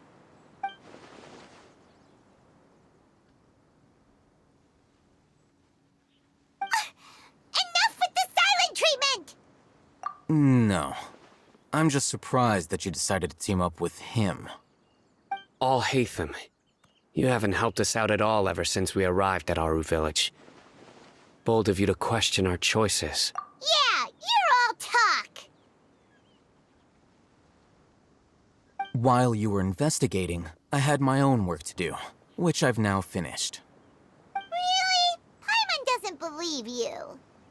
To be honest, we aren't really a team, so I have no obligation to inform you of my whereabouts. Not to mention that going separate ways allowed me to find some important information that you all had missed. Huh? Right here in the village? Correct. What did you learn? I'm going to take you to someone. But before that, you need to understand where she's coming from. What does that mean? How do you think the residents of Aru Village feel about what we're doing? In other words, do you truly believe every single word the villagers tell us? You mean some of them lied to us? Hiding the truth does not necessarily equate to lying. Again, these people have their reasons. Remember what Candace said? Most people in Aru village don't necessarily care which deity is in charge of Sumeru. That's because whether King Deshret or the Dendro Archon has power is of little significance to them. By contrast, the perils of their daily lives are ever-present concerns. They won't simply share everything they... Glad you're following along. Among those you have talked to, there's someone who was consciously keeping you out of the loop. In fact, she's been observing your every move since you arrived. The reason being, to someone who only wants to live their life in peace, any external factors introduce unpredictability into the equation. Those eyes, those fierce eyes. You look like a real fighter. Don't change the subject. It's quite obvious that she's intimidated by Sino's authority and strength. Right. You were asking about the mad scholars. She corrected herself mid-sentence because she's aware that there are King Deshret fanatics in the village. If she sounds too friendly towards the village keepers, she could easily make herself the radicals' next target. I think it's been a few days since I last saw them. I usually go to bed pretty early, so I'm not too familiar with what goes on at night. Remember? She made a point of denying her involvement in anything that occurs at night. But honestly, I feel quite sympathetic towards them. Even though they act a little strange, they've helped me in the past. If it weren't for them, my house would have collapsed long ago. After speaking to the village chief, it became clear that the village keepers had protected Aru village at night. In other words, the young miss was very much awake during that time. Then why would she lie? By getting involved with an outsider, she risks drawing unwanted attention to herself. As for why she might be so wary about all this, maybe you should ask her. I'll pass on this one. You said that she is afraid of me. If so, it's best if I stay out of this. We're on it!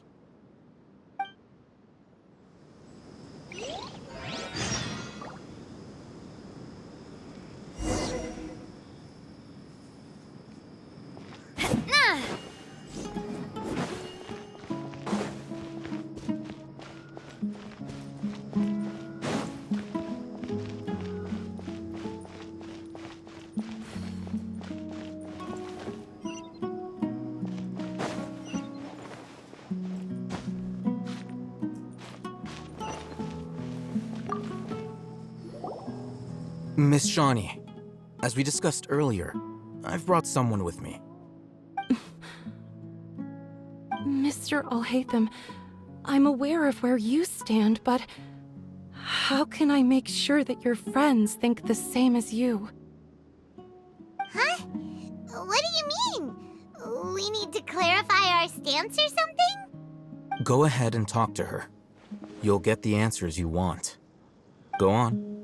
Earn her trust. Is it really that simple? May I call you Traveler? Hi, Traveler. I want to ask you something. Do you think the resurrection of King Deshret can truly change Sumeru for the better? Why's that?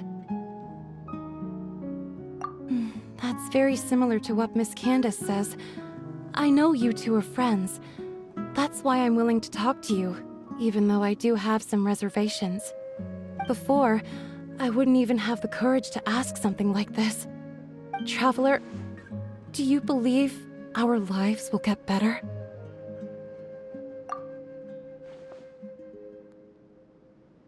Yeah! We came here from another nation, so it isn't wrong of you to be weary.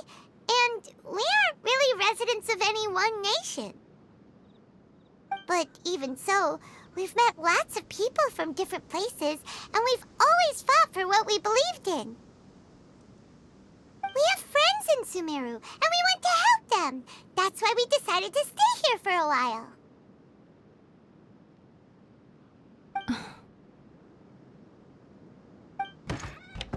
I want to trust you, My apologies for posing my questions like that. To be honest, I didn't expect you to come back for more information.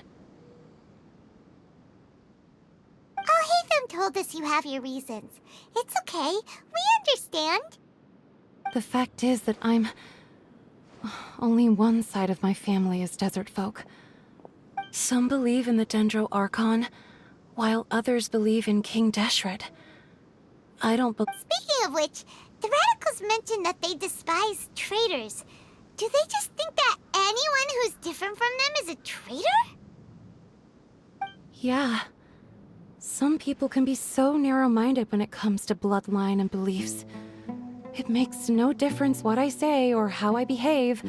I'll always be suspected of having ulterior motives. Slowly, I just stopped talking to people. I pretended not to hear or see anything. All I want is to live my life in peace. And then it happened. The village keepers who had helped me disappeared with no explanation, and I didn't dare breathe a word about it to anyone. Until now. You can tell them. I'm sure she'll keep your secret. All right. I'll tell you what I told Alhaitham. I actually have a sharper sense of hearing than most. Sometimes, I hear strange crying sounds in the night. There are ghosts? Perhaps. I'm not sure. It's faint, but it's definitely the sound of crying. It comes from far away in the distance, and always carries very raw emotion. It used to be louder and more frequent, but ever since you arrived in the village, it doesn't seem to happen as often, and when it does, it's much quieter. I have to focus really hard to make it out. I confirmed this with the guards on night duty. They also have someone with a good ear, and he's heard similar sounds at night. But, because we're in the middle of a desert, he would rather believe that they are the cries of beasts than ghosts. There's really nothing around these parts, except for an old hospital not far from the village. I think they used to use it for treating Elazar, but it's been abandoned for years. Yeah, let's go!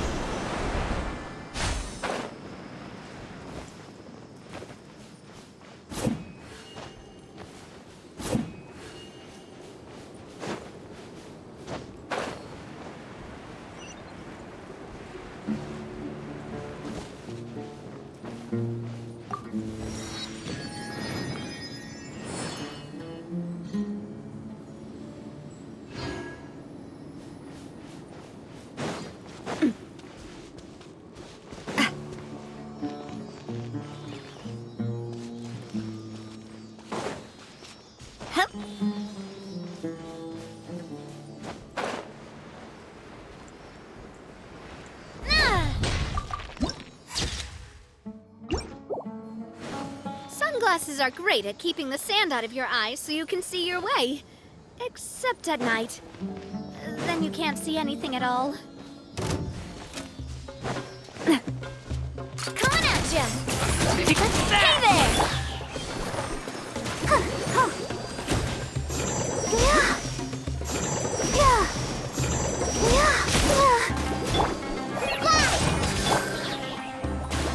The night is cold.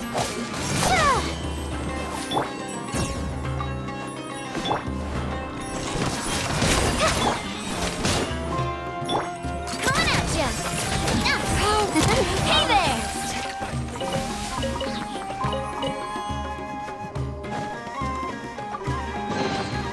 Whoa! What a stroke of good luck! Oh, is this the place? It's in terrible shape, and there's sand everywhere. Empty and forgotten. An ideal place to hide people. Monsters! Watch out!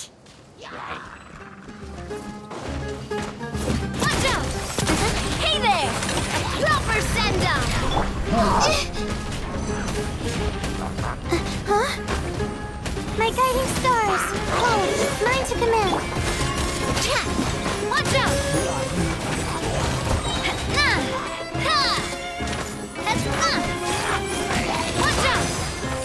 Ha-ha!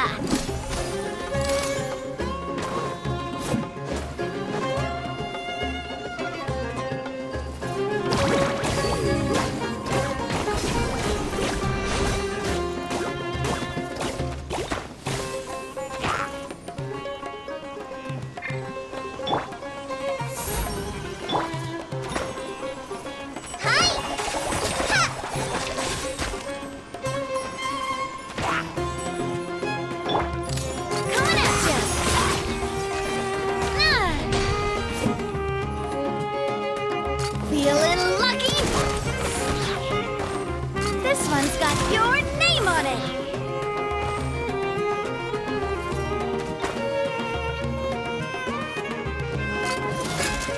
Coming at ya.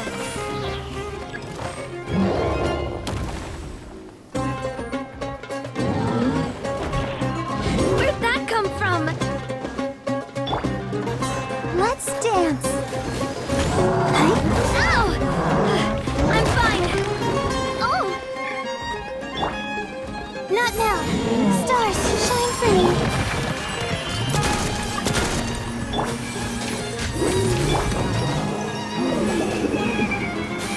Fire! Well, with rock. My guiding stars.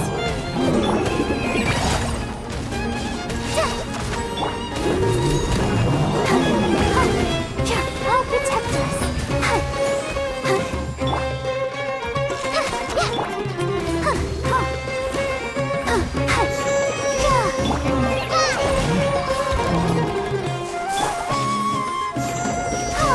Ready, steady, go! Coming at ya! Heave it!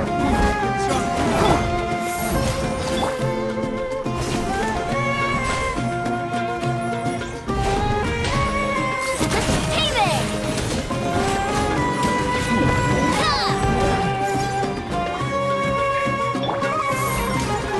Oh, mine to command. Right this on the side. Let's dance. Watch out! Coming at ya! Fire! Well, with rocks. Cha! Ha! Coming at ya!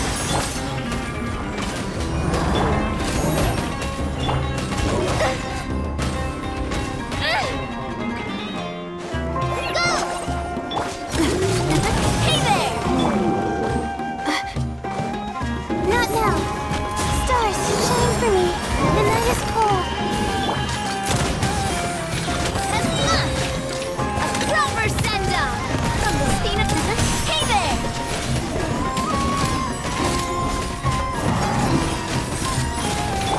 Not now. Let the show begin. Ha-ha!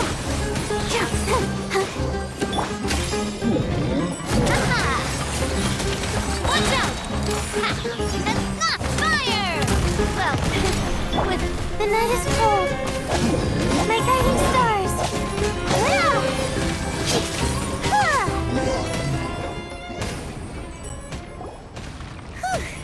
They were easy. Super strong bandits? Or monsters taller than buildings dropping out of the sky? Or, something like that. He looks super serious. We gotta stay on our A game, too. This is the one.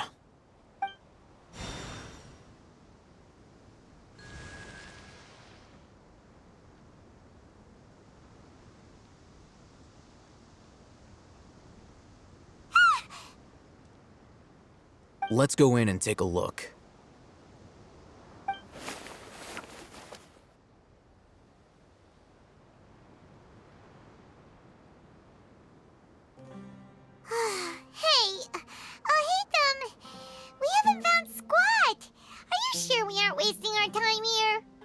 Patience. Shawnee says she only hears the crying at night. We have time to burn. Until then... I'm taking a break. And just like that, he sits down. Wait, he even brought a book to read? What are you reading? Let Paimon see! Okay, sure. Huh? The natural position, which is the positional propensity of an entity in natural motion in contrast with an object in forced motion? Huh? When free from external influences, every entity displays the tendency to follow its natural trajectory? So, you got that? Oh, Paimon gives up. You keep reading your book. See ya! How is he so relaxed? Look at him, reading an impossible book in a creepy place like this. Hey, Paimon's your Tibet travel guide. Paimon knows plenty of useful stuff already. And anyway, it's not Paimon's fault that the book...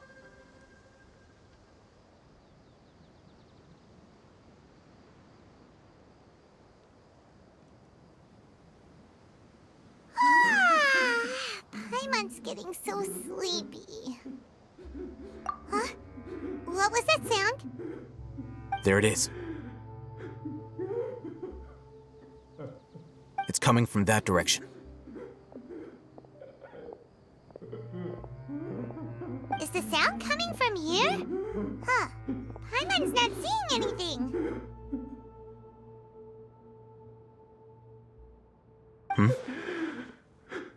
It's from below. But there's no way we can get down there. Something is off about the interior here.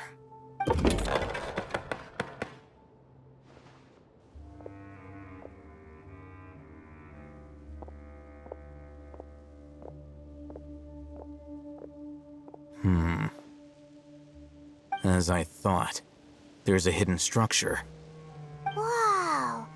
It's like they tucked another hospital into this one. Oh, it looks like there are other mechanisms around here. Let's keep exploring.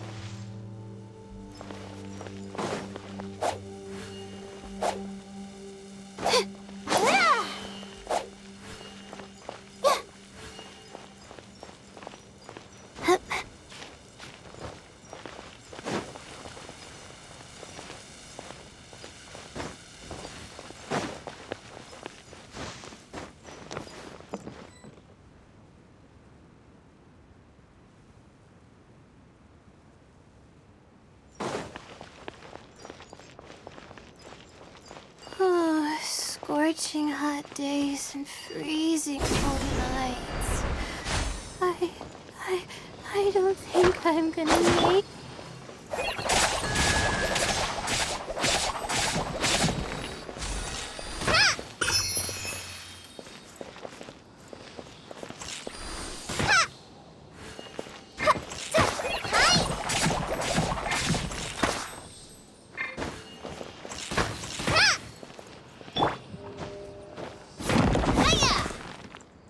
I guess I'm going home.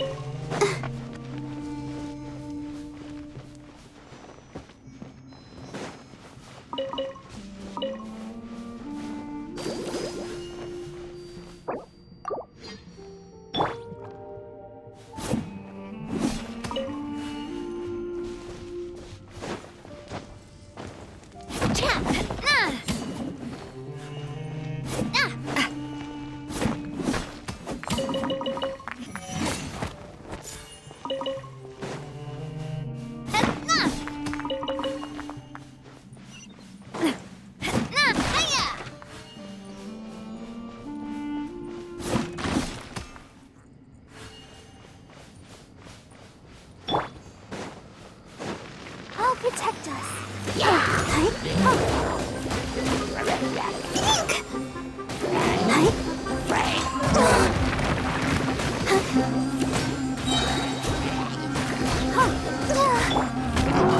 Don't be scared.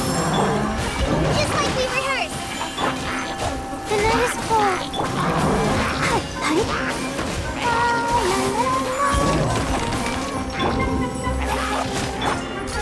Hey there! Hey there! Let's dance. Ooh. Not now.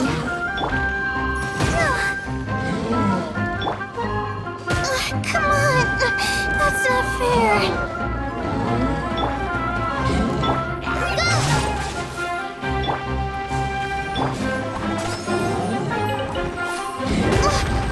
This is just a dream.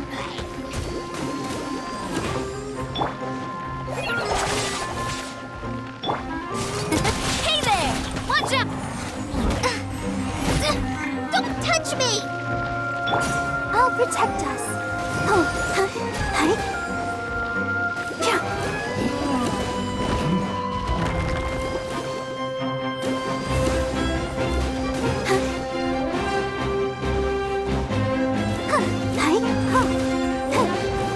Go, Barbara, go!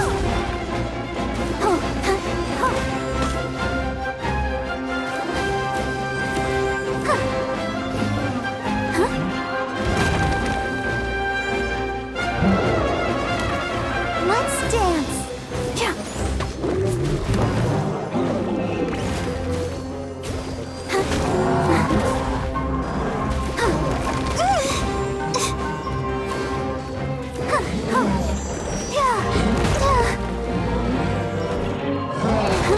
Sister.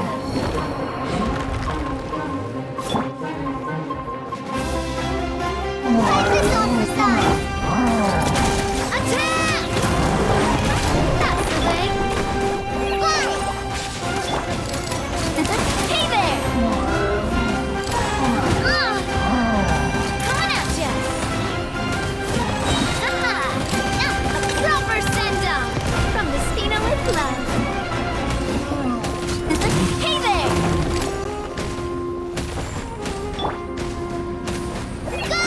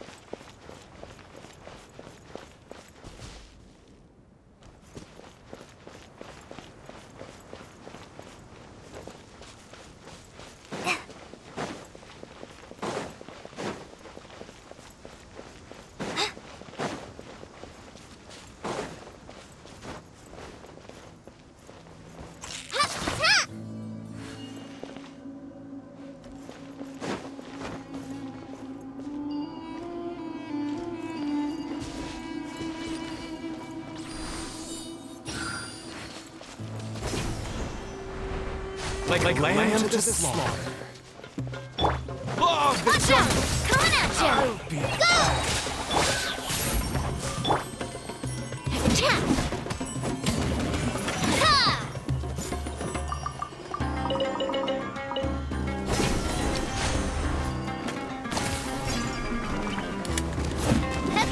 Watch out! Hiya!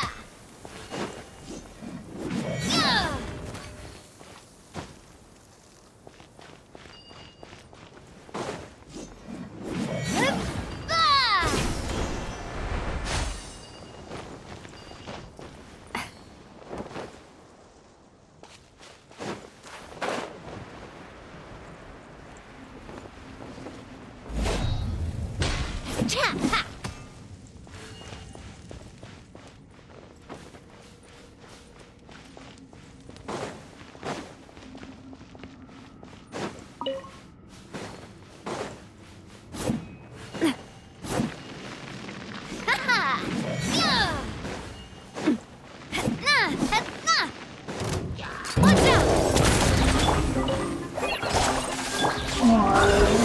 Not now!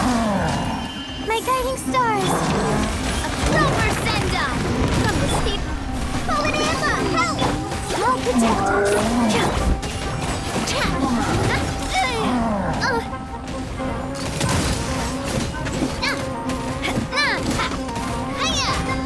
The night is cold. Hey there!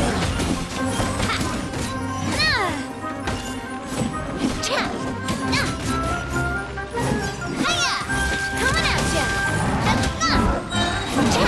Attack! That's the way.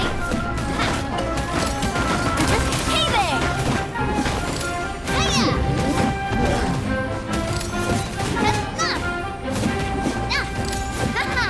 Coming at ya! Don't be scared.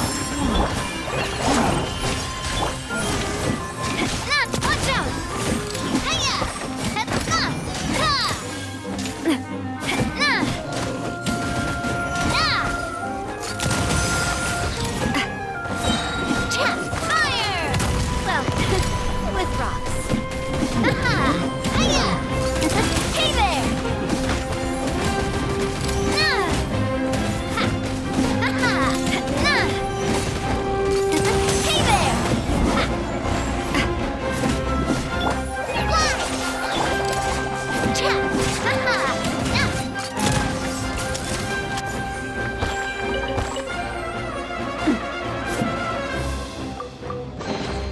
I'm loving this treasure hunt.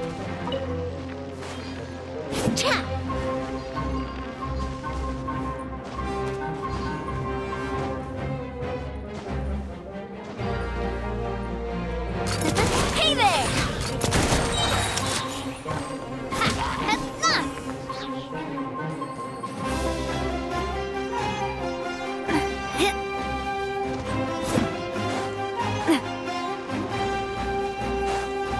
Coming at ya!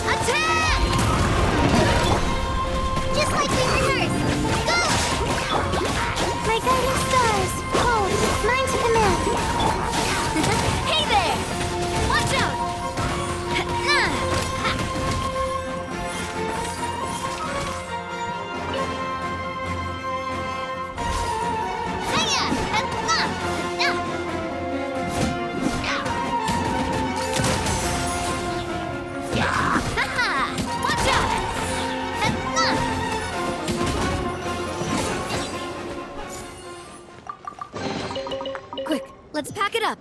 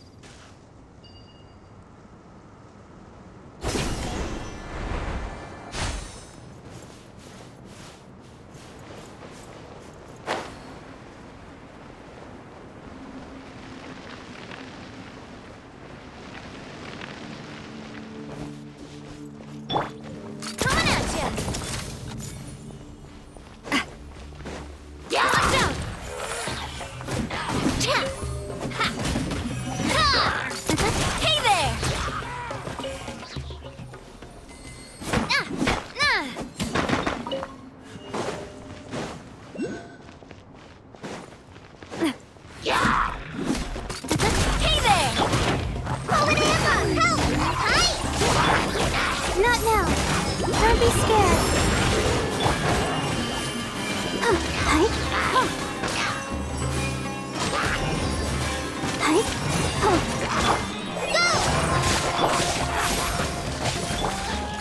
Hey there! Watch out! Attack! Cold, mine's a command.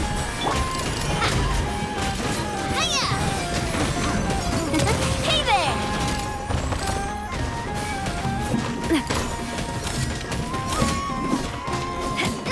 Watch out!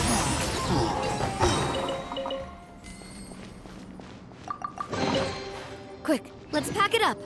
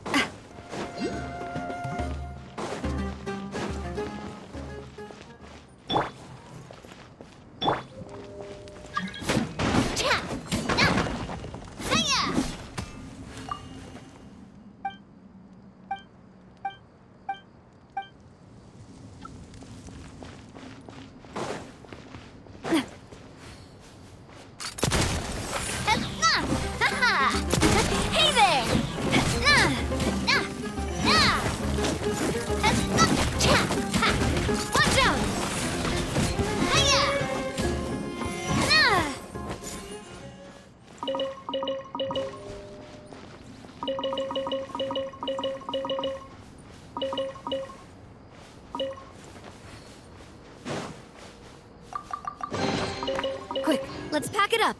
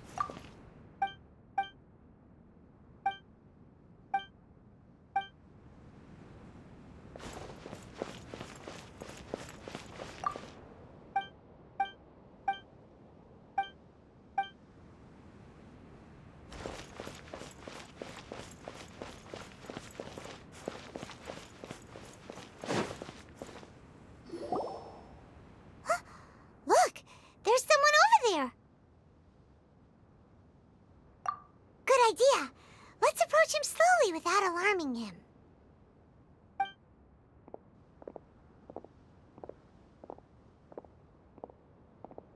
Wait.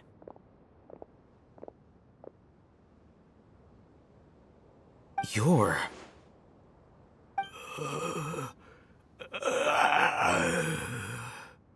He can't speak, and his eyes are unfocused.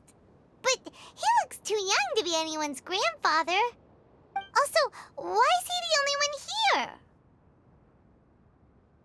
Didn't expect to see him here. You know him? He's Razak, a senior of mine at the Academia. He's a scholar too? Is he the kind that holes up in a forest and mumbles stuff about training? No. And that's the problem. Razak was never involved in any of those things. He never trained in the forest. Leaving that question aside for the moment, him being... looks like they've already taken everyone away. For whatever reason, they left Razak here. Perhaps they simply didn't have time to come back for him. There are drag marks on the ground. They're clearer by the doorway. Someone was forcefully drawing a cart that was loaded with something heavy. Loaded with people? That is one possibility. It looks like they were in a hurry, as if they were afraid of being caught. In their haste, they failed to notice Razak hiding in a corner. The symptoms are identical. Looks like we found living proof. Huh? Why do you say that? Allow me to jog your memory. Recall your time at Port Ormos. Don't you think his symptoms look familiar?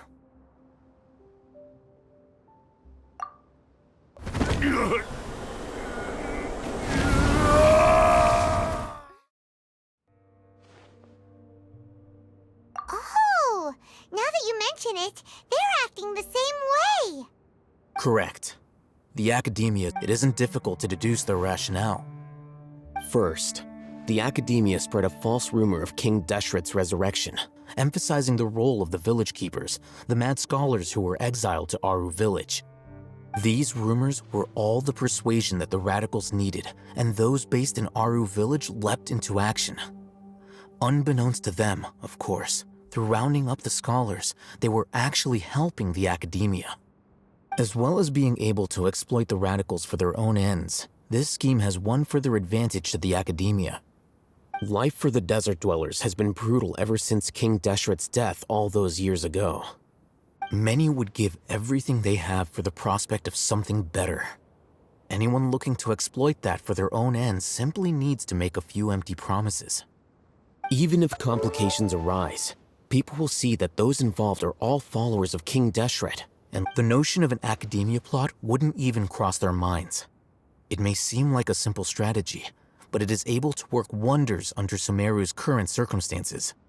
Oh, that makes a lot of sense. It's in line with the village chief's theory, too. But there's still one very important question. Wasn't it the Academia that brought the scholars to Aru village in the first place? Why does it want them back now? Throughout this process, one thing has changed. The scholars' identity. First, they were scholars. Then, they became lunatics. After that, they were exiles. And finally, they become missing persons.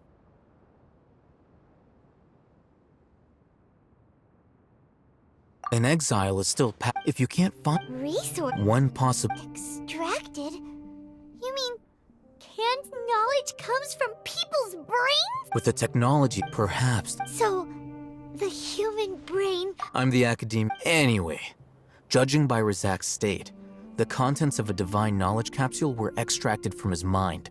But something went wrong in the process. Or perhaps his curiosity got the better of him, and he used... Hyman's a little confused. Can they just use anyone's brain?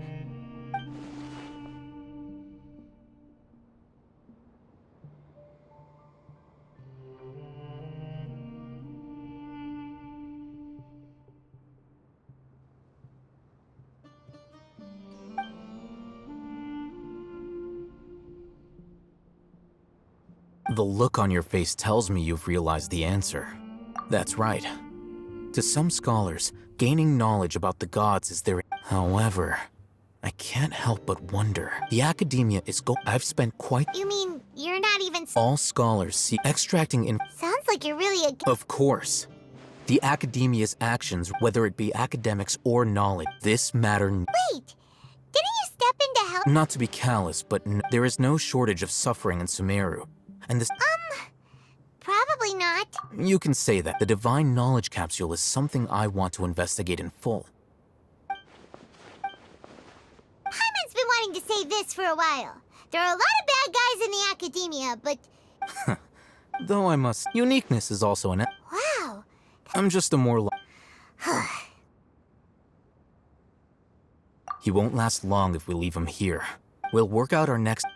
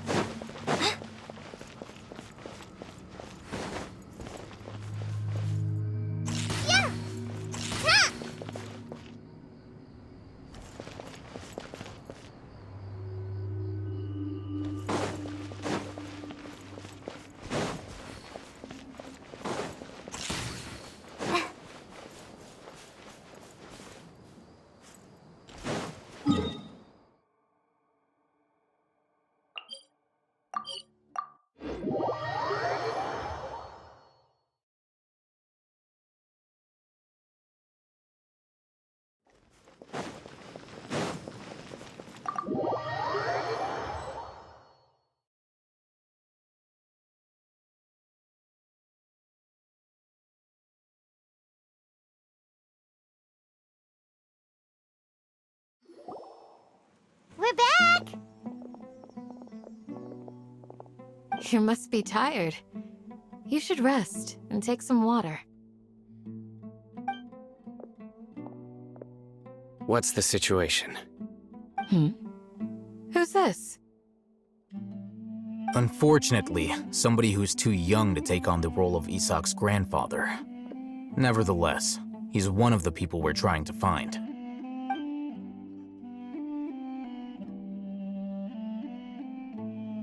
So, at one point in time, the abandoned Elazar Hospital served as the Academia's site for extracting divine cant knowledge. Yep, pretty much. Their plan must have been implemented at some point before we arrived at Aru Village, since divine cant knowledge has been in circulation for a while now. Yet, they fled once we were headed to the village, almost as if they knew we were on their trail. Why is that? Yeah, why is that? We may have a mole in our midst. One of us could be secretly revealing our whereabouts to the Academia. Huh? Are our friendships that shallow? Looks like none of you have realized wherein lies the issue.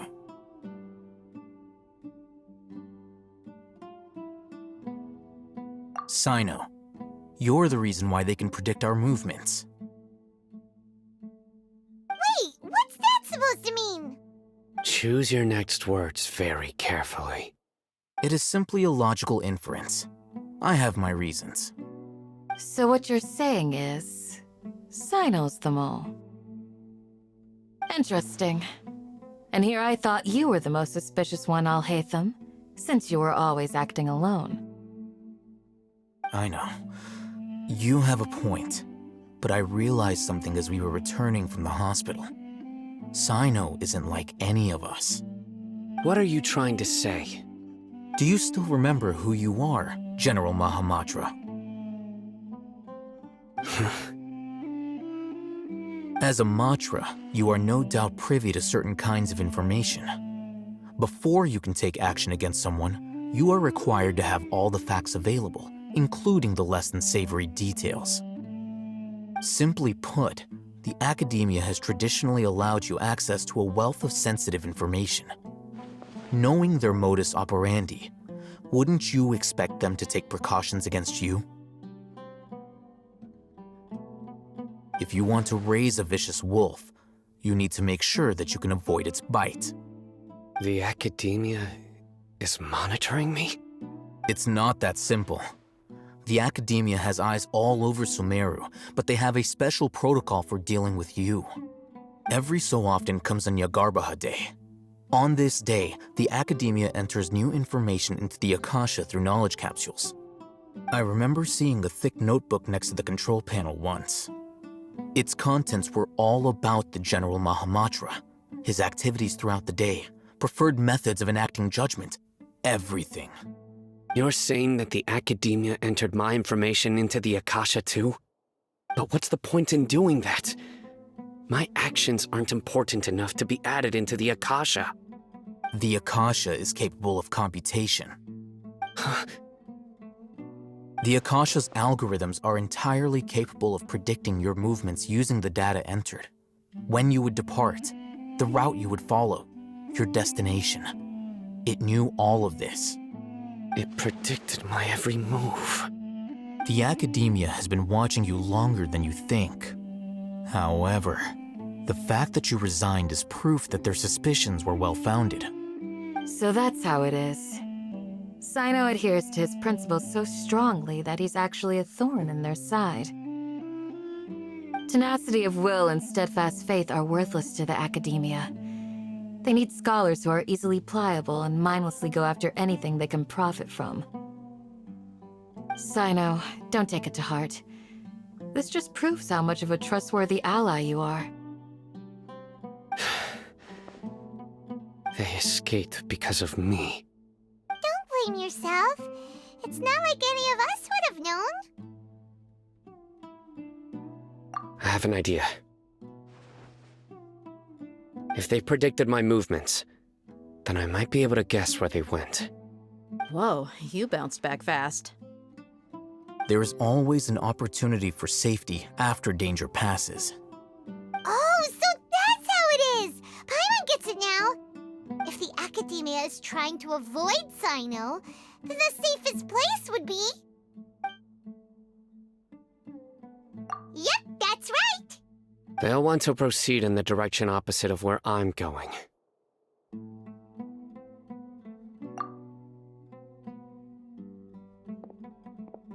I must go. There's also something I want to investigate. Let's go, guys! After him!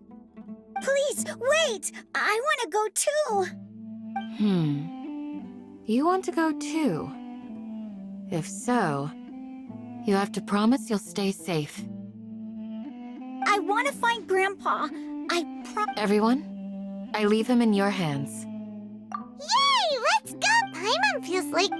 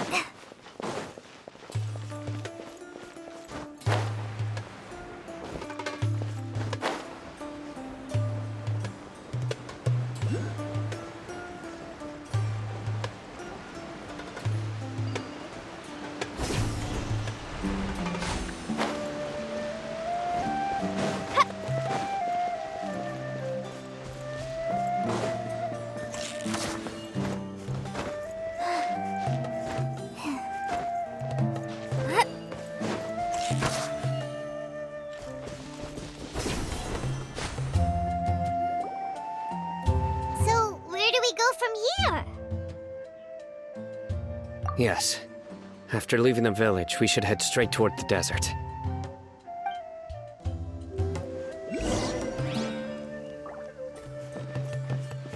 I know the desert like the back of my hand. Is that because you play here a lot? Yep.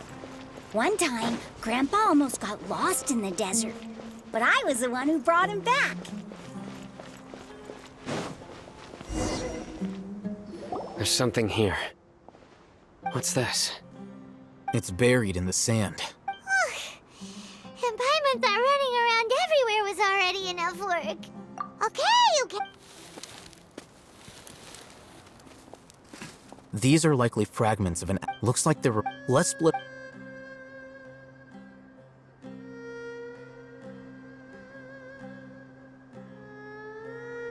Is this what we're searching for? This is definitely a... How did it end up buried in the sand? They must have been Wait, what? Grandpa, I hope you're okay. Don't worry. Your grandpa's gonna be... Razak didn't... We should be able to... One more thing. I believe the attack must have happened prior to the sandstorm. Let's keep going. They can't have gone...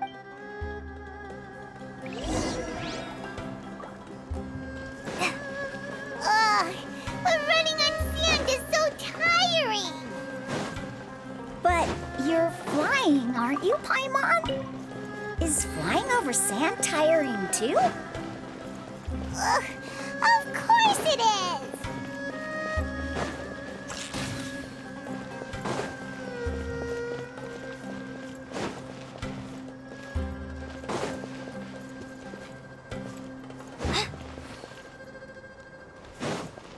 Voices, over there. It sounds like an argument. Whoa, you have really good ears. Don't get any closer. They'll notice us. Dia's talking with the Eremites? Very interesting. Let's listen. If you had informed me sooner, there'd be plenty of room for us to... You're one of us. We would never... Scholars. You don't know as much as I... Dia? Why would you... Dia! Hey, what are you doing? Huh? Didn't you say you'd help me find Grandpa? You've betrayed Aru village? So, Dia, you... I'm not the type... Wait, what's going on, Dia? Whose side are you on here? Shut it, Paimon. It doesn't matter. Whichever side you pick, nothing can deter us. Face the facts, Raman. It's not gonna happen. You should understand. I'm a desert dweller and a proud follower of King Deshret. It's not too late yet. The village keep. You don't understand, my dear lady. Even if it'll expose you to the academia, even if they end. Yes. We've waited a long time for this day to come. With these scholars in our... Ridiculous. If you still don't believe me, then try asking these two men. They look more like pawns of their filthy traitors. And perhaps... Do you really believe that by kidnapping the scholars, you'll be able to negotiate with the academia? These people have no... These scholars were exiled from the academia. I, on the other hand... Wait, you can't be... So... Precise... What are you thinking? What if they decide to kill you instead? Well, that would be bad. However... I'm not trying... You were the... Not all You academia scum. Not so fast. I'll hate them. Do you stand by everything you just said? You know you're making a dangerous decision. I do. Good. Raman, hear me out. These people are my friends. Maybe you can't... We've known each other for years. In that case, I'm willing to vouch for their... Come on, Ram. But what if you refuse to oblige? What should I do then? No one's a fool here, Dia. We're You're not wrong. Let's do it right here, then. Give me your right arm as proof of your resolve. Don't listen to him! That's fine. Are you crazy? We came here to save lives. One arm for that many people is still a pretty good deal, if you ask me. Ram... Sure. Go ahead and cut off her right arm. No! Dia! What are you gonna do? Think of something! You don't have to go... That's not for you. Do it!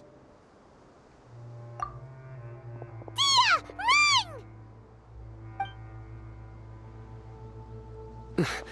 Run!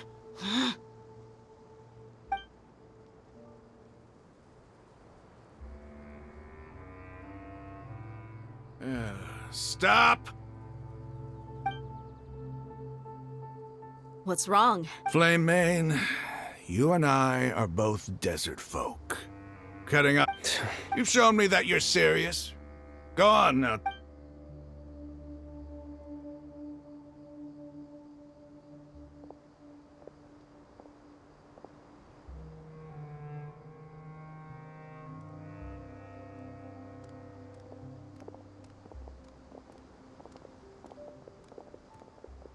Phew.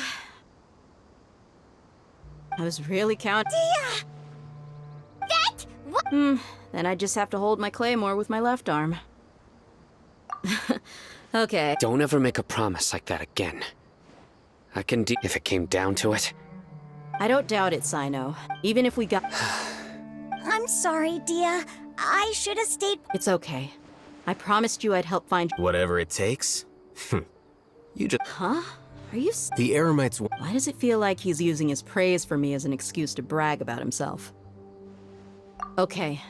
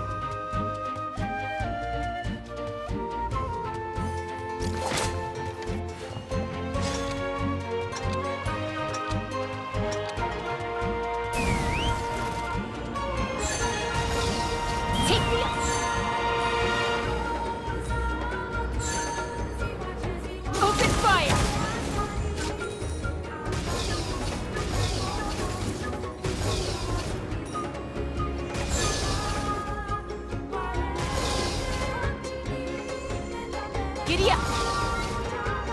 Locked on!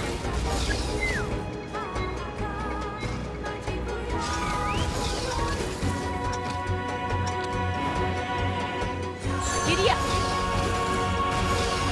Yeah! Giddy up!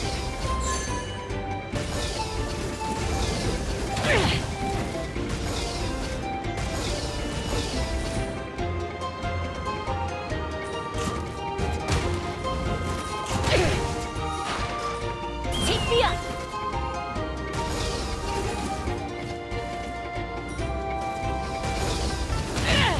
Again! Yeah!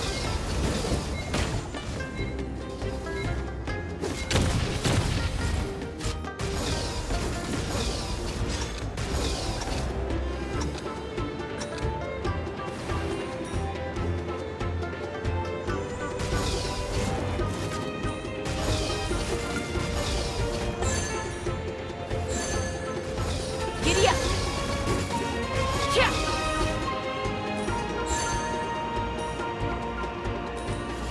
Giddy up!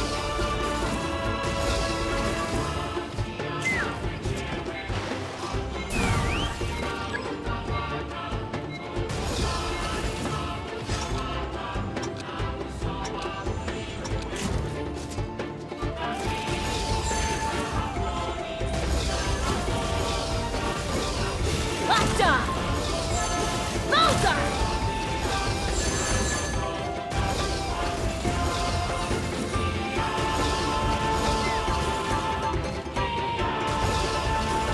Giddy up! Yeah! Giddy up! Take me up!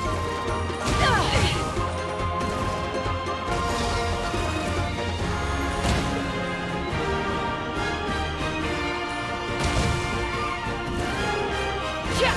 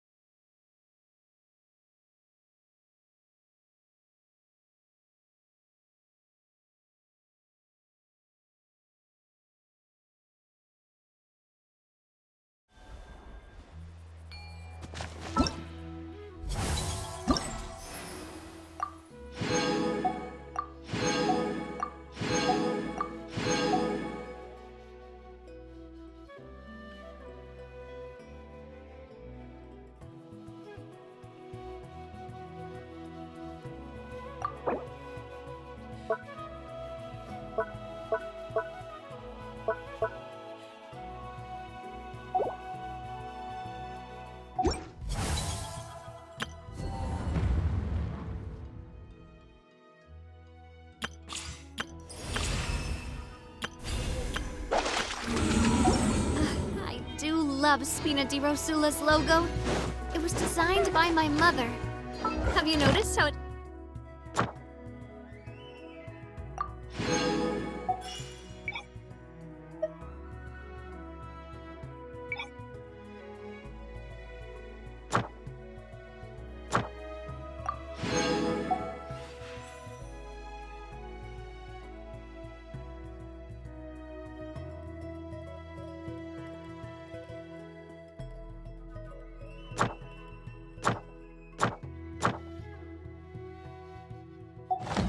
shaped like a heart?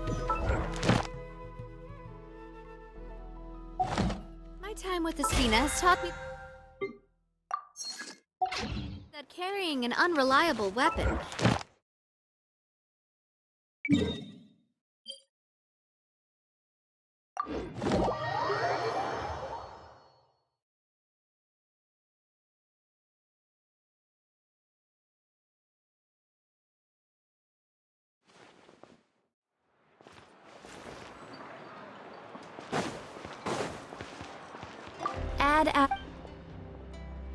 Thank you for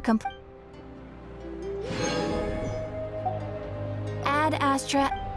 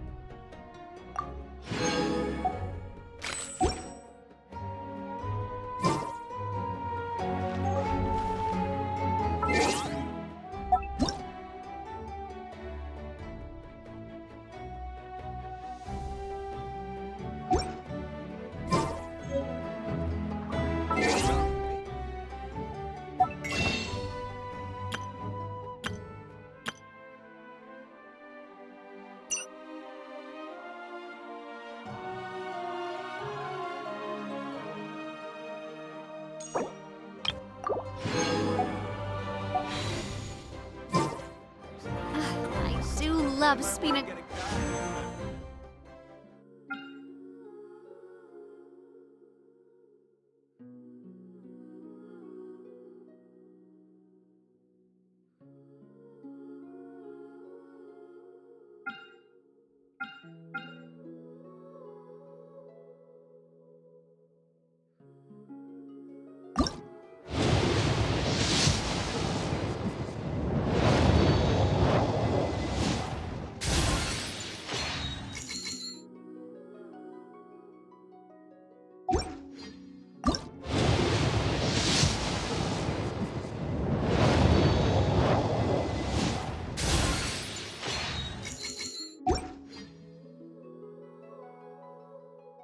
Rosula's logo. It was designed by my mother.